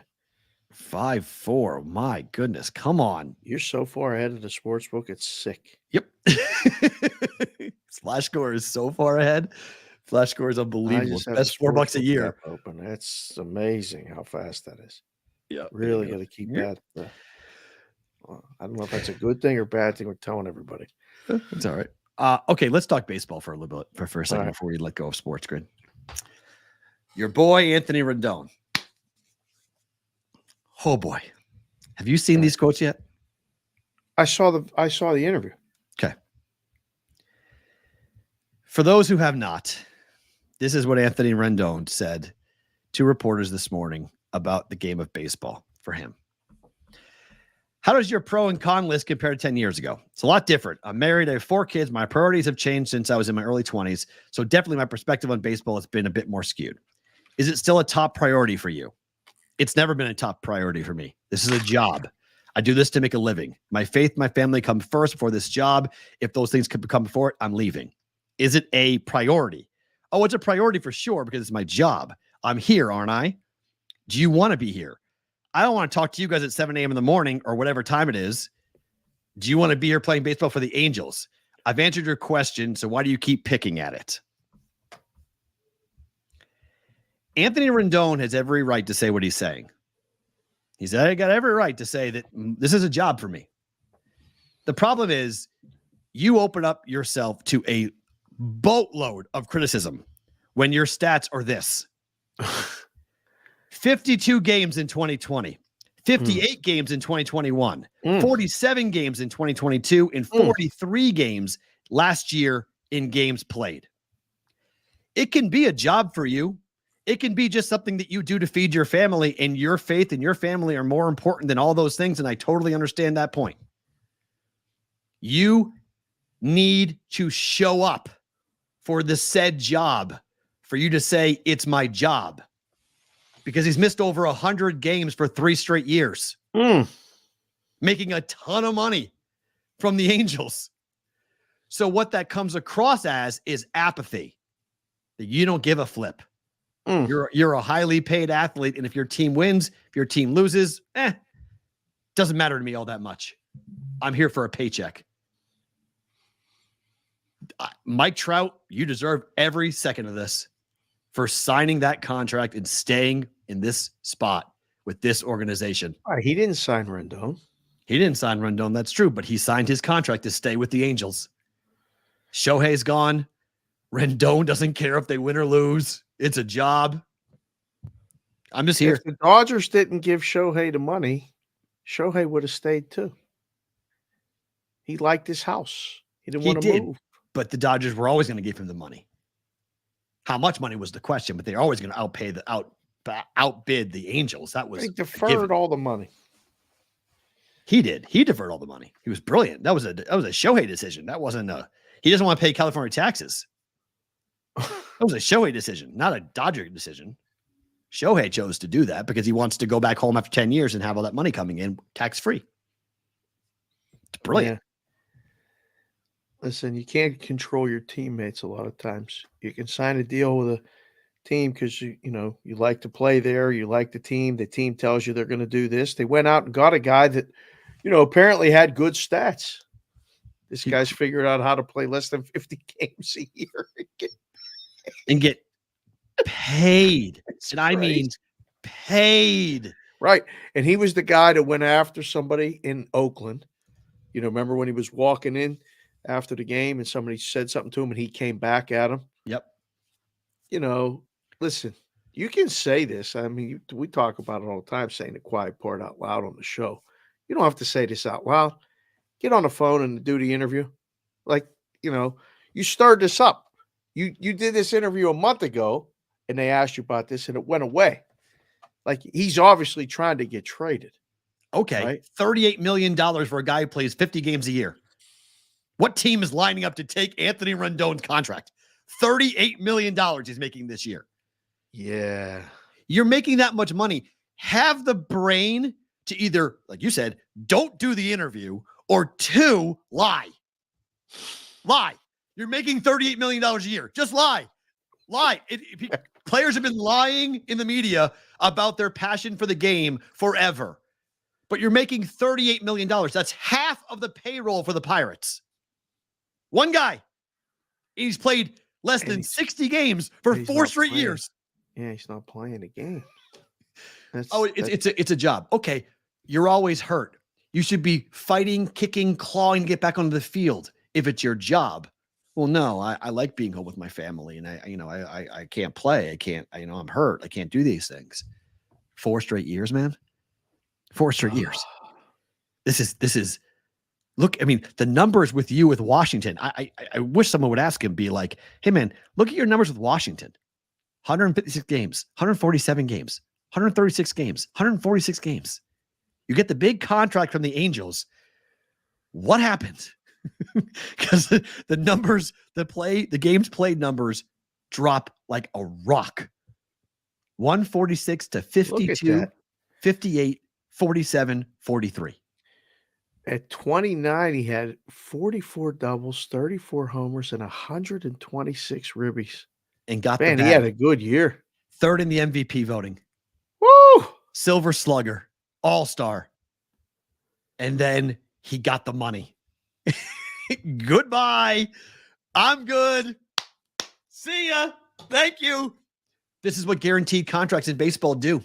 This is why NFL owners go, this is why we're never giving you guaranteed money. This is why we have our structure, because of Anthony Rendon. And he gets to do this because there's no recourse. CBW said the weather wasn't as nice in Washington, maybe. Fair point. Yep. I got a lot of sun time, man. I got a lot of beachfront property to go and tend to. I got other things I got to go do, man. I'm busy. Got my 38 mil coming in guaranteed, whether I play or not. Oh man, Doc, my shoulder, man. I just can't. I can't go, Doc. I can't do it. Got that wave. You know, those waves coming in at 5 p.m. I got to go out there and check it out. That is a tough spot. That's a bad look on every level. It's a bad look to do this. Well, it's a bad look again for the players, the owners. You write the deal, you give them the bag, and then the guy doesn't play. So now the owner goes, I'm not doing that again. Yep. Right. Or that owner tells everybody, this guy figured it out. I mean, he don't have to play. I mean, we're screwed. If he'd have played, we'd have won more games. Maybe Shohei would have stayed. We'd have built this. Who knows? Like, you could take. I mean, I don't know. It's just you're so close to injury, and then the wherewithal to come back. I heard the quote again. I forget what story I was watching, but it was talking about Marvin Hagler, talking about how hard it was to get up and do road work after sleeping in thousands silk sheets, silk sheets, thread count sheets. Yeah, it's true. Yeah, it's very true. Bruins pulled the goaltender and tied the game. There goes they tied it up 3-3. So now go win the game, Boston. Okay. Now they'll lose in a shootout. Right, exactly, because that's how I roll here. I'm on Boston. I'm on Bruins money line at -130. And I'm on the under. Under's dead. Get the Bruins to be a W on this. Let's see if they can snap this losing streak. But look, I'm frustrated because I think Mike Trout is a generational player. And whenever I see these things, I get very frustrated because I want Mike Trout off the Angels. Shohei now got off the Angels. I want Mike Trout off the Angels. Mike Trout showed up and said the exact opposite to what Anthony Rendon said. Mike Trout talked about his passion for the game. Talked about how he wanted to win here for the fans of the Angels, how he wanted to go and see success and see it through. And I got committed to this organization. I'm committed to win with this organization, and we're going to do everything in our power to win. And Rendon shows up and says, I don't care. like that has to be the most, like, if you're Mike Trout, you're just going like, what are you got me again? Doing? You got me again. Like, what are you doing to me? Like, what do you, I'm up here trying to say that we're going to go and win. And you're literally saying I'm making $38 million. What the fuck do I care if the team wins or lose or not? I'm good. That's all that matters. I'm good. Like, that's really, you can, again, prioritize your family, prioritize your friends, your life, your kids, your religion. All that stuff should be prioritized. I get this. And you say baseball is a job. I get this. But you aren't even doing your job. If you played 140 games and you're producing and you say, look, this is a job for me, that's fine. I mean, all good. I'm good with that. I'm not good with you saying it's a job and you're playing a third of the year, if that. Was that last year that he had? Did they win a World Series? Was that the year they won a World Series? I believe that's right. Yes. Let's see. In 2019, right? Forget what year they won the World Series. Washington won the World Series. That was the Nationals. 4-3, first title in franchise history. Yeah. Some guys don't handle going from, the ultimate winning and stuff. Maybe, he was pushed with his agent, take the money, man, Yeah, I guaranteed. He's going to break up. Yeah. He's angry, bitter about being told a story. I'm just sometimes really just truly hurt. But I mean, that's 4 years. Nursing an injury, that's too much. Like, it's multiple. Yeah. I don't know. I've talked to guys that, played in the majors and know them, and For a lot of them, this is exactly how they feel. They just don't That's say fine. it out loud. Right. You do not say that out loud unless you are able to say, look, when I come to this ballpark, my job is to win. I have a job. I'm paid to win. It's what I do. But when I go home, I leave baseball at the ballpark. I'm with my kids and my family. I go to work. I lock in. I'm here for 5 hours a day, whatever it is. I lock in and then I go home. Right. There's nothing wrong with that if you're showing up and playing and producing.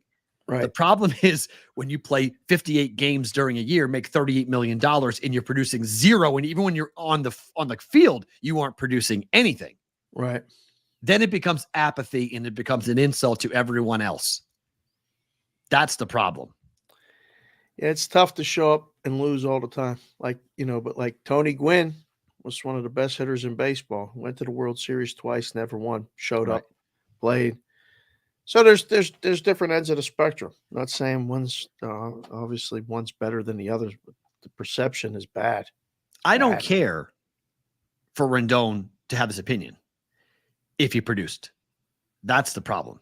Right. Making $38 million and not producing at all. And there are teams that were like, we wish we could pay somebody $38 million to play baseball. We could do a lot with that money. Like, it would be tremendous to see what we could do. Right. Got a guy on the bench making $38 million. Our whole team is making 70. You're making half. Like, it's just, so that's my frustration. And again, I want Mike Trout off that franchise if I can. The Red Sox signed Liam Hendriks, who was an unbelievable story. If you don't realize, this guy got diagnosed with non-Hodgkin's lymphoma, but fought it off, beat cancer, had Tommy John in August. This is what started the Red Sox conversation, because Red Sox fans are very angry at this signing because he can't pitch this year. 2-year deal. If the Sox were in the playoffs, Hendriks could pitch, but they're not going to be in the playoffs, so it's moot. So he'll pitch in 25 for the Red Sox. They're going to trade Kenley Jansen. This is what the move's going to be. Jansen makes no sense. He's an all-star level closer. All-star last year. Like, Kenley Jansen should be on a contender. So the Red Sox are going to trade Kenley Jansen. That's going to piss off fans because they're like, oh, what are you doing? But this move is Hendriks will be the closer for the Red Sox next year when he's back and healthy. This is another indication that the team is punting on 2024. And that's where the anger is coming from Red Sox Nation. And I'm okay with it. I'm fine. If there's a plan to dig out of the hole, to trust the kids, to build around Devers, to build for 25, that's fine.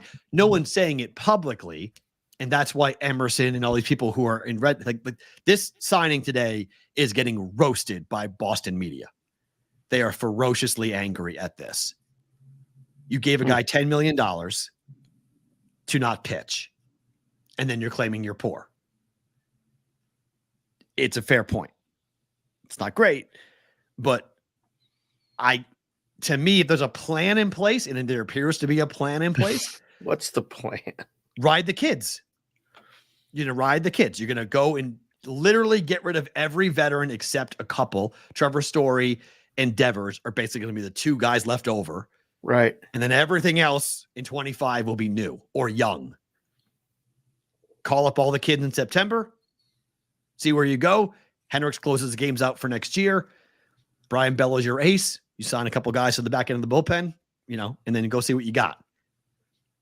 I'm okay with it. If that's the plan for Breslow, I'm okay with it. But Boston fans are not. They are big. Is there? Nicky Caramello said the Netflix settled on following the Red Sox this season. Correct. Yes, there is a documentary. It's in-season version of Hard Knocks for the Red Sox. Really? Mm-hmm. Yep. Oh boy. And it wasn't a small decision. It was I guess going on for a year that they talked. Wow. Yeah, I'm psyched to watch it. It's gonna be fun. Otto said Dallas just rung a post. There's a minute and a half left in overtime. Bruins will lose in the shootout. It's gonna happen. Boston's record in shootouts. They're absolutely horrible in shootouts. Like they don't have a lot of skilled players for that. And so we'll see what happens with that. But yeah, my gut tells me that's going to go. Yeah, no, I look, I understand this point. Okay. I get the point, but I think Red Sox on Netflix will do well. I think you'll see a lot of people who are going to watch. I think Yankee fans will watch it because it's going to be most likely this is going to be a borderline dumpster fire of a baseball season. Like it's going to be bad. So, well, a lot of times you have to say yes to these things. It's not like anybody, all teams would want to do this, one. But two, the myopic world of the Northeast with baseball has been for the last 15 years. We were force-fed Red Sox, Yankees. 15? Since It's been Red Sox, Yankees. Well, no, when the Red Sox got good. Oh, it got even worse. But it was, Sunday Night Baseball was late 90s. When they first started Sunday Night Baseball, it was Red Sox, Yankees. And the ratings were huge. So people say, I hate it. 19 times a season, and I felt like 16 of the damn games were on national TV. And the ratings were huge.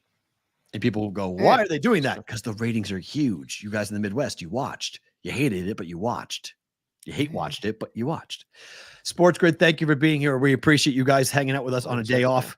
We will be back tomorrow for you guys who are live with us on YouTube, live with us on Twitter X. You guys stick around because we've got more bonus time for you.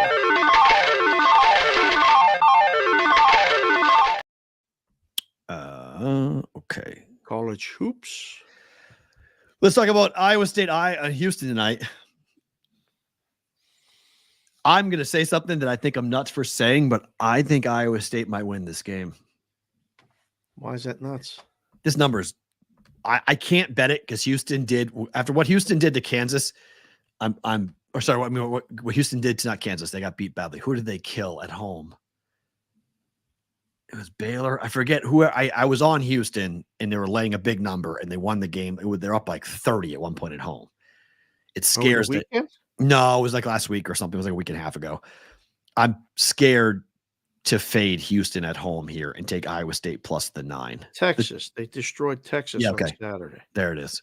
82-61. That was just on Saturday. No, you did that, but I didn't bet that. It was a week and a half ago or 2 weeks ago when Houston was at home and they took apart whoever they were playing. And I laid like an 8.5 point number and they won by like 30.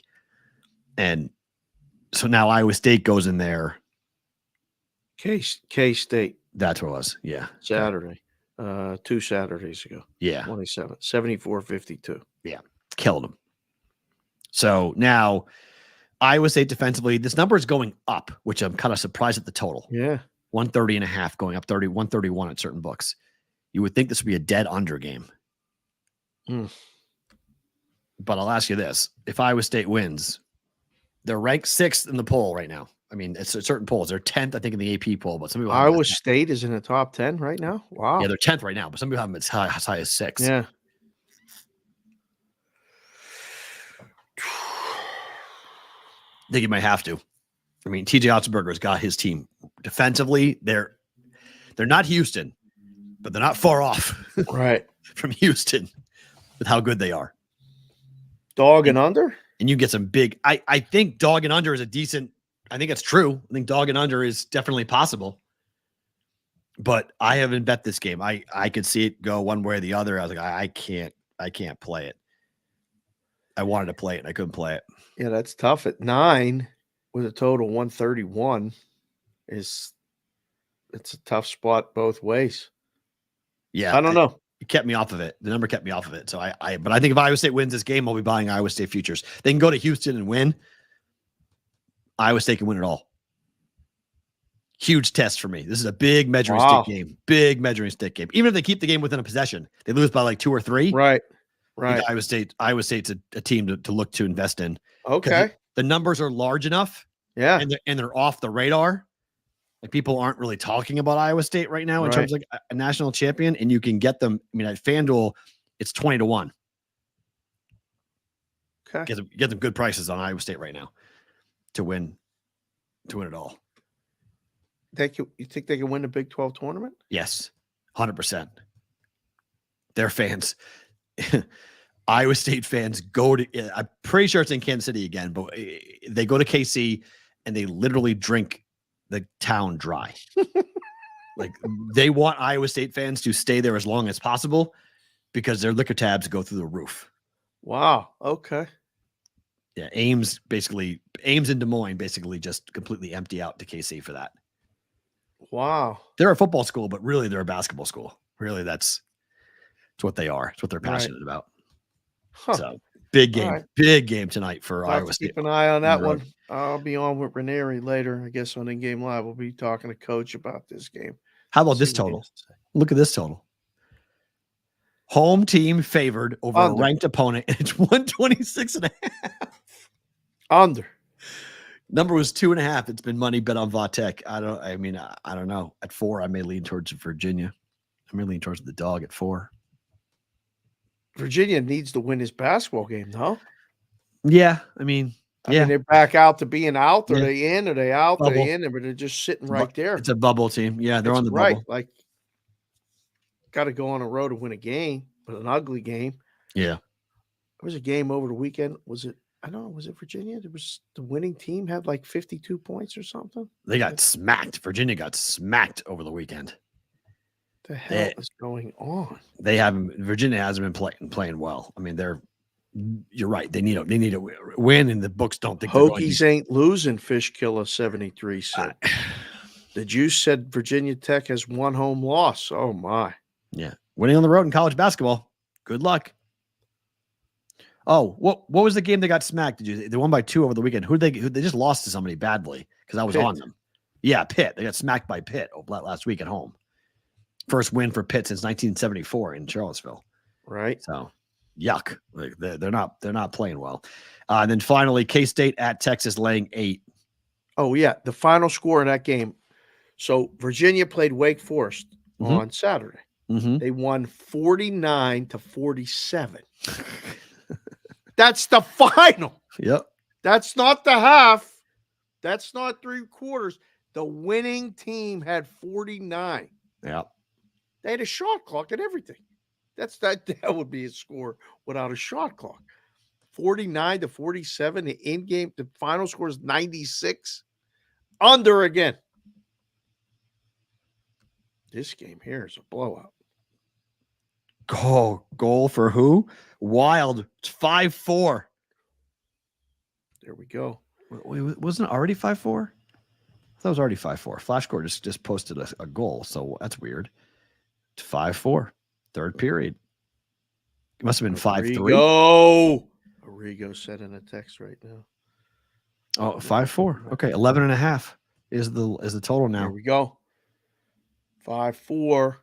But the light. This is interesting. So, how much time's left? Let's see. In the 1 minute. Game. Just locked. No, Did the Vancouver. It's 1 minute into the third. Okay, so it counts down. 19 Okay, minutes left sorry, in the game. because I get confused. Flash because score with flash the score reverse counts time. up. Yeah. Counts up. This Right. counts down. Yeah. So yeah, it just scored. So it's 5-4. We just started the third period. Yeah. Okay, and then finally, the first ESPN brick and mortar is going to be in Detroit. Wow. Okay. Is there a reason it's going to be in Detroit? Like, wait, like what? Well, yeah, Michigan. That's probably close enough to headquarters, and it's probably the easiest transition first. It's not based on anything other than what's the easiest transition here first. That's it. So they weird. can turn it into an ESPN bet quickly. That's why Minnesota had a goal disallowed. That's why it turned to 5-4. Okay, it was 5-3.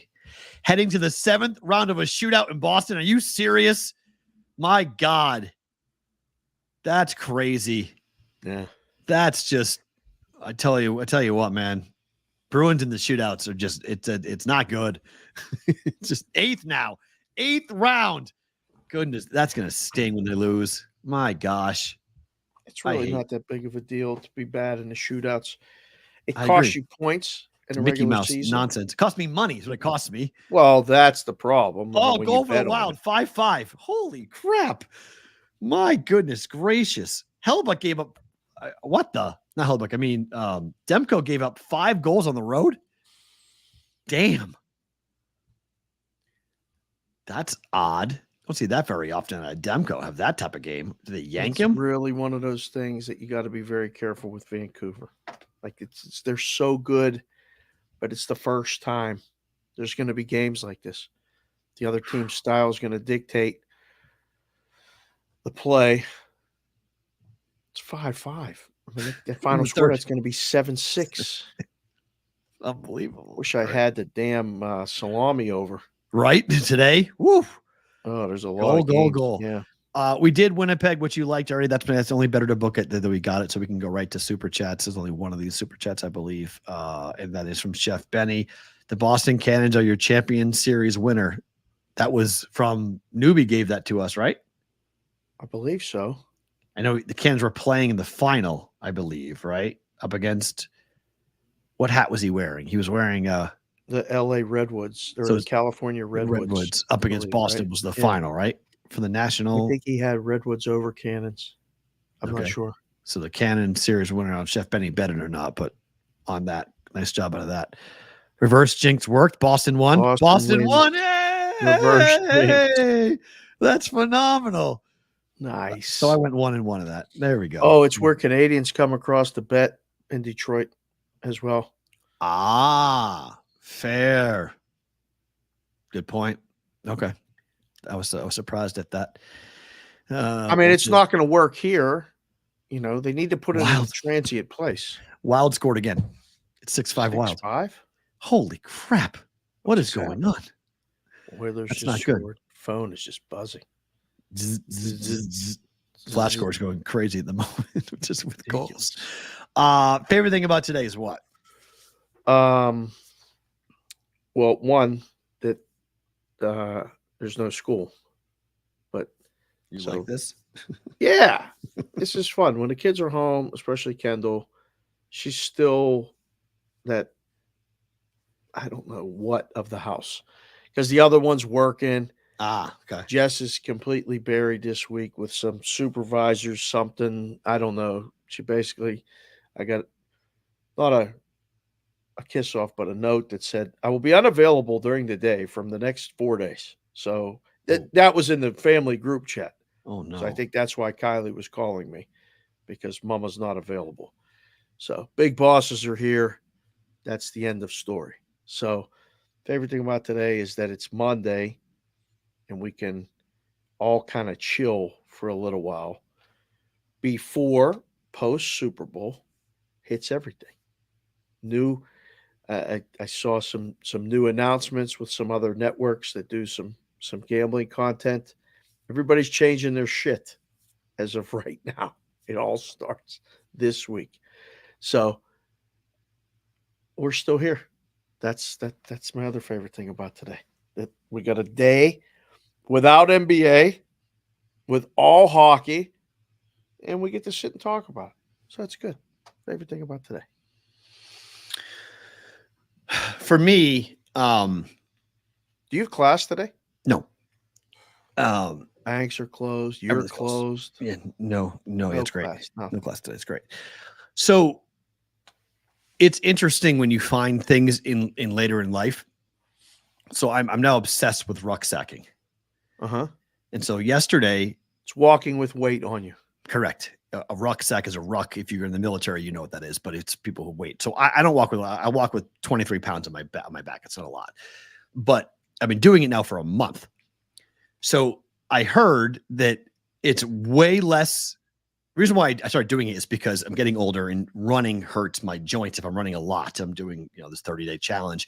So I wanted to start to find something that was going to be not as stressful on my body as running is. And rucksacking can be as good for you in terms of your cardiovascular health, your heart rate health, and your overall strength. So I ran for the first time in my life. I've never run 6 miles in my life. And I got up Sunday morning and I said, let's see what I can do. It was slow, but I ran 6 miles at a 13-minute mile pace. I didn't stop, but I ran 13 miles, 2 miles uphill, 3 miles downhill, 1 mile uphill. Last mile uphill was a pain in the ass. Right. Not going to lie. But it's remarkable how you can do different things later in life, that you find things and you realize, wow, you can get better. You can get stronger. You can do things later in life. The older you get, it's never really too late to do it. Right. And this is a low impact exercise. If you're looking for something that's new, it's different. It's, watch how much weight you put on it, because we were talking to the guys at the Super Bowl and I don't know if their numbers are right or not, but they said over 11 pounds. you can start to cause problems with your joints. I don't know if that's true or not, but I'm reading this book, and I guess the military has determined that 50 pounds is the maximum that a soldier can wear on his back and still be effective to fight, not to run, but just to be able to walk. So that's the threshold. I'm on 23 pounds. I don't know how much higher I'll go over on it, but it really is cool to find things later in life and to realize I'm obsessed with this, like what it does to your body, what it does to your heart rate, what it does to your cardiovascular. So like now I'm like preaching this about everyone. Anyone looking for a new way, look up rucksacking. Essentially, it's walking with weight. That's all it is. But there's groups around the country that do it. There's competitions all over the country. People that do it. I didn't know any of this stuff. This is all new to me. For everything. This is all new to me. So so like throwing weight on and going hiking, and the hotter it gets, the better it is for you. So like in Vegas, this is going to be absolutely tremendous. Phenomenal. And I guess human beings in heat, we can outlast any animal, anything on the planet, we can outlast endurance-wise. Not in the cold. In the cold, we get beaten by caribou and by dogs. You know what just happened? What? Arizona goal, Vegas Golden Knights goal, Minnesota another goal, 7-5 now, and Winnipeg goal. Good. All just happened within like last, I don't know, 30 seconds. Bang, bang, bang, bang. Knights just scored again. Yep. 2-0 Knights. Hockey's going nuts. Yeah. So we'll all go watch hockey. Thank you guys for being here. We appreciate you doing this. When you have a drill sergeant, yes, I'm not going to have a drill sergeant yelling at me. That's very true. That's going to be the same in my head. Oh, yeah. Doing that. But yell in your ear. Listen to us. Subscribe to the show. You can rock and listen to us. True. Well, there's going to be 14 goals in that wild game. Well, I need 2 more out of Winnipeg, or I'm going to lose my bet. Actually, I need 3 more from Winnipeg in order for that to happen. Or I'm going to start 0-2 on the juice, which is just the way that things go. It's been a rough start to the week, unfortunately. Bad Sunday. Let's go Chevy. I can't take my nap, but yesterday I woke up from what I was getting to is that my favorite thing about today was actually yesterday. I woke up from a nap yesterday after that 6-mile run. I didn't know what year it was. The best sleep ever. I'm dead serious. I literally woke up. I didn't know where I was. I didn't know how old I was. I didn't know where I was. It's good sleep. 8 That's goals. called good sleep, son. I'd never slept like that before in my life. It was I'm dreaming about taking a nap like that, but I can't during NASCAR, unfortunately. I would love to do it. So holy shit. The 8-5. Wild just scored again. It's 8. Game over. Yeah. My gosh, if you had the Grand Salami over. Woo boy. Let's go Toyota. Now let's go Chevy. Now, enjoy your Daytona. I'm not watching 1 second. Oh, I'll watch it, but I got other stuff I got to go do. So, Dave, Matt, we're back tomorrow See you, for boys. a Tuesday's BVB.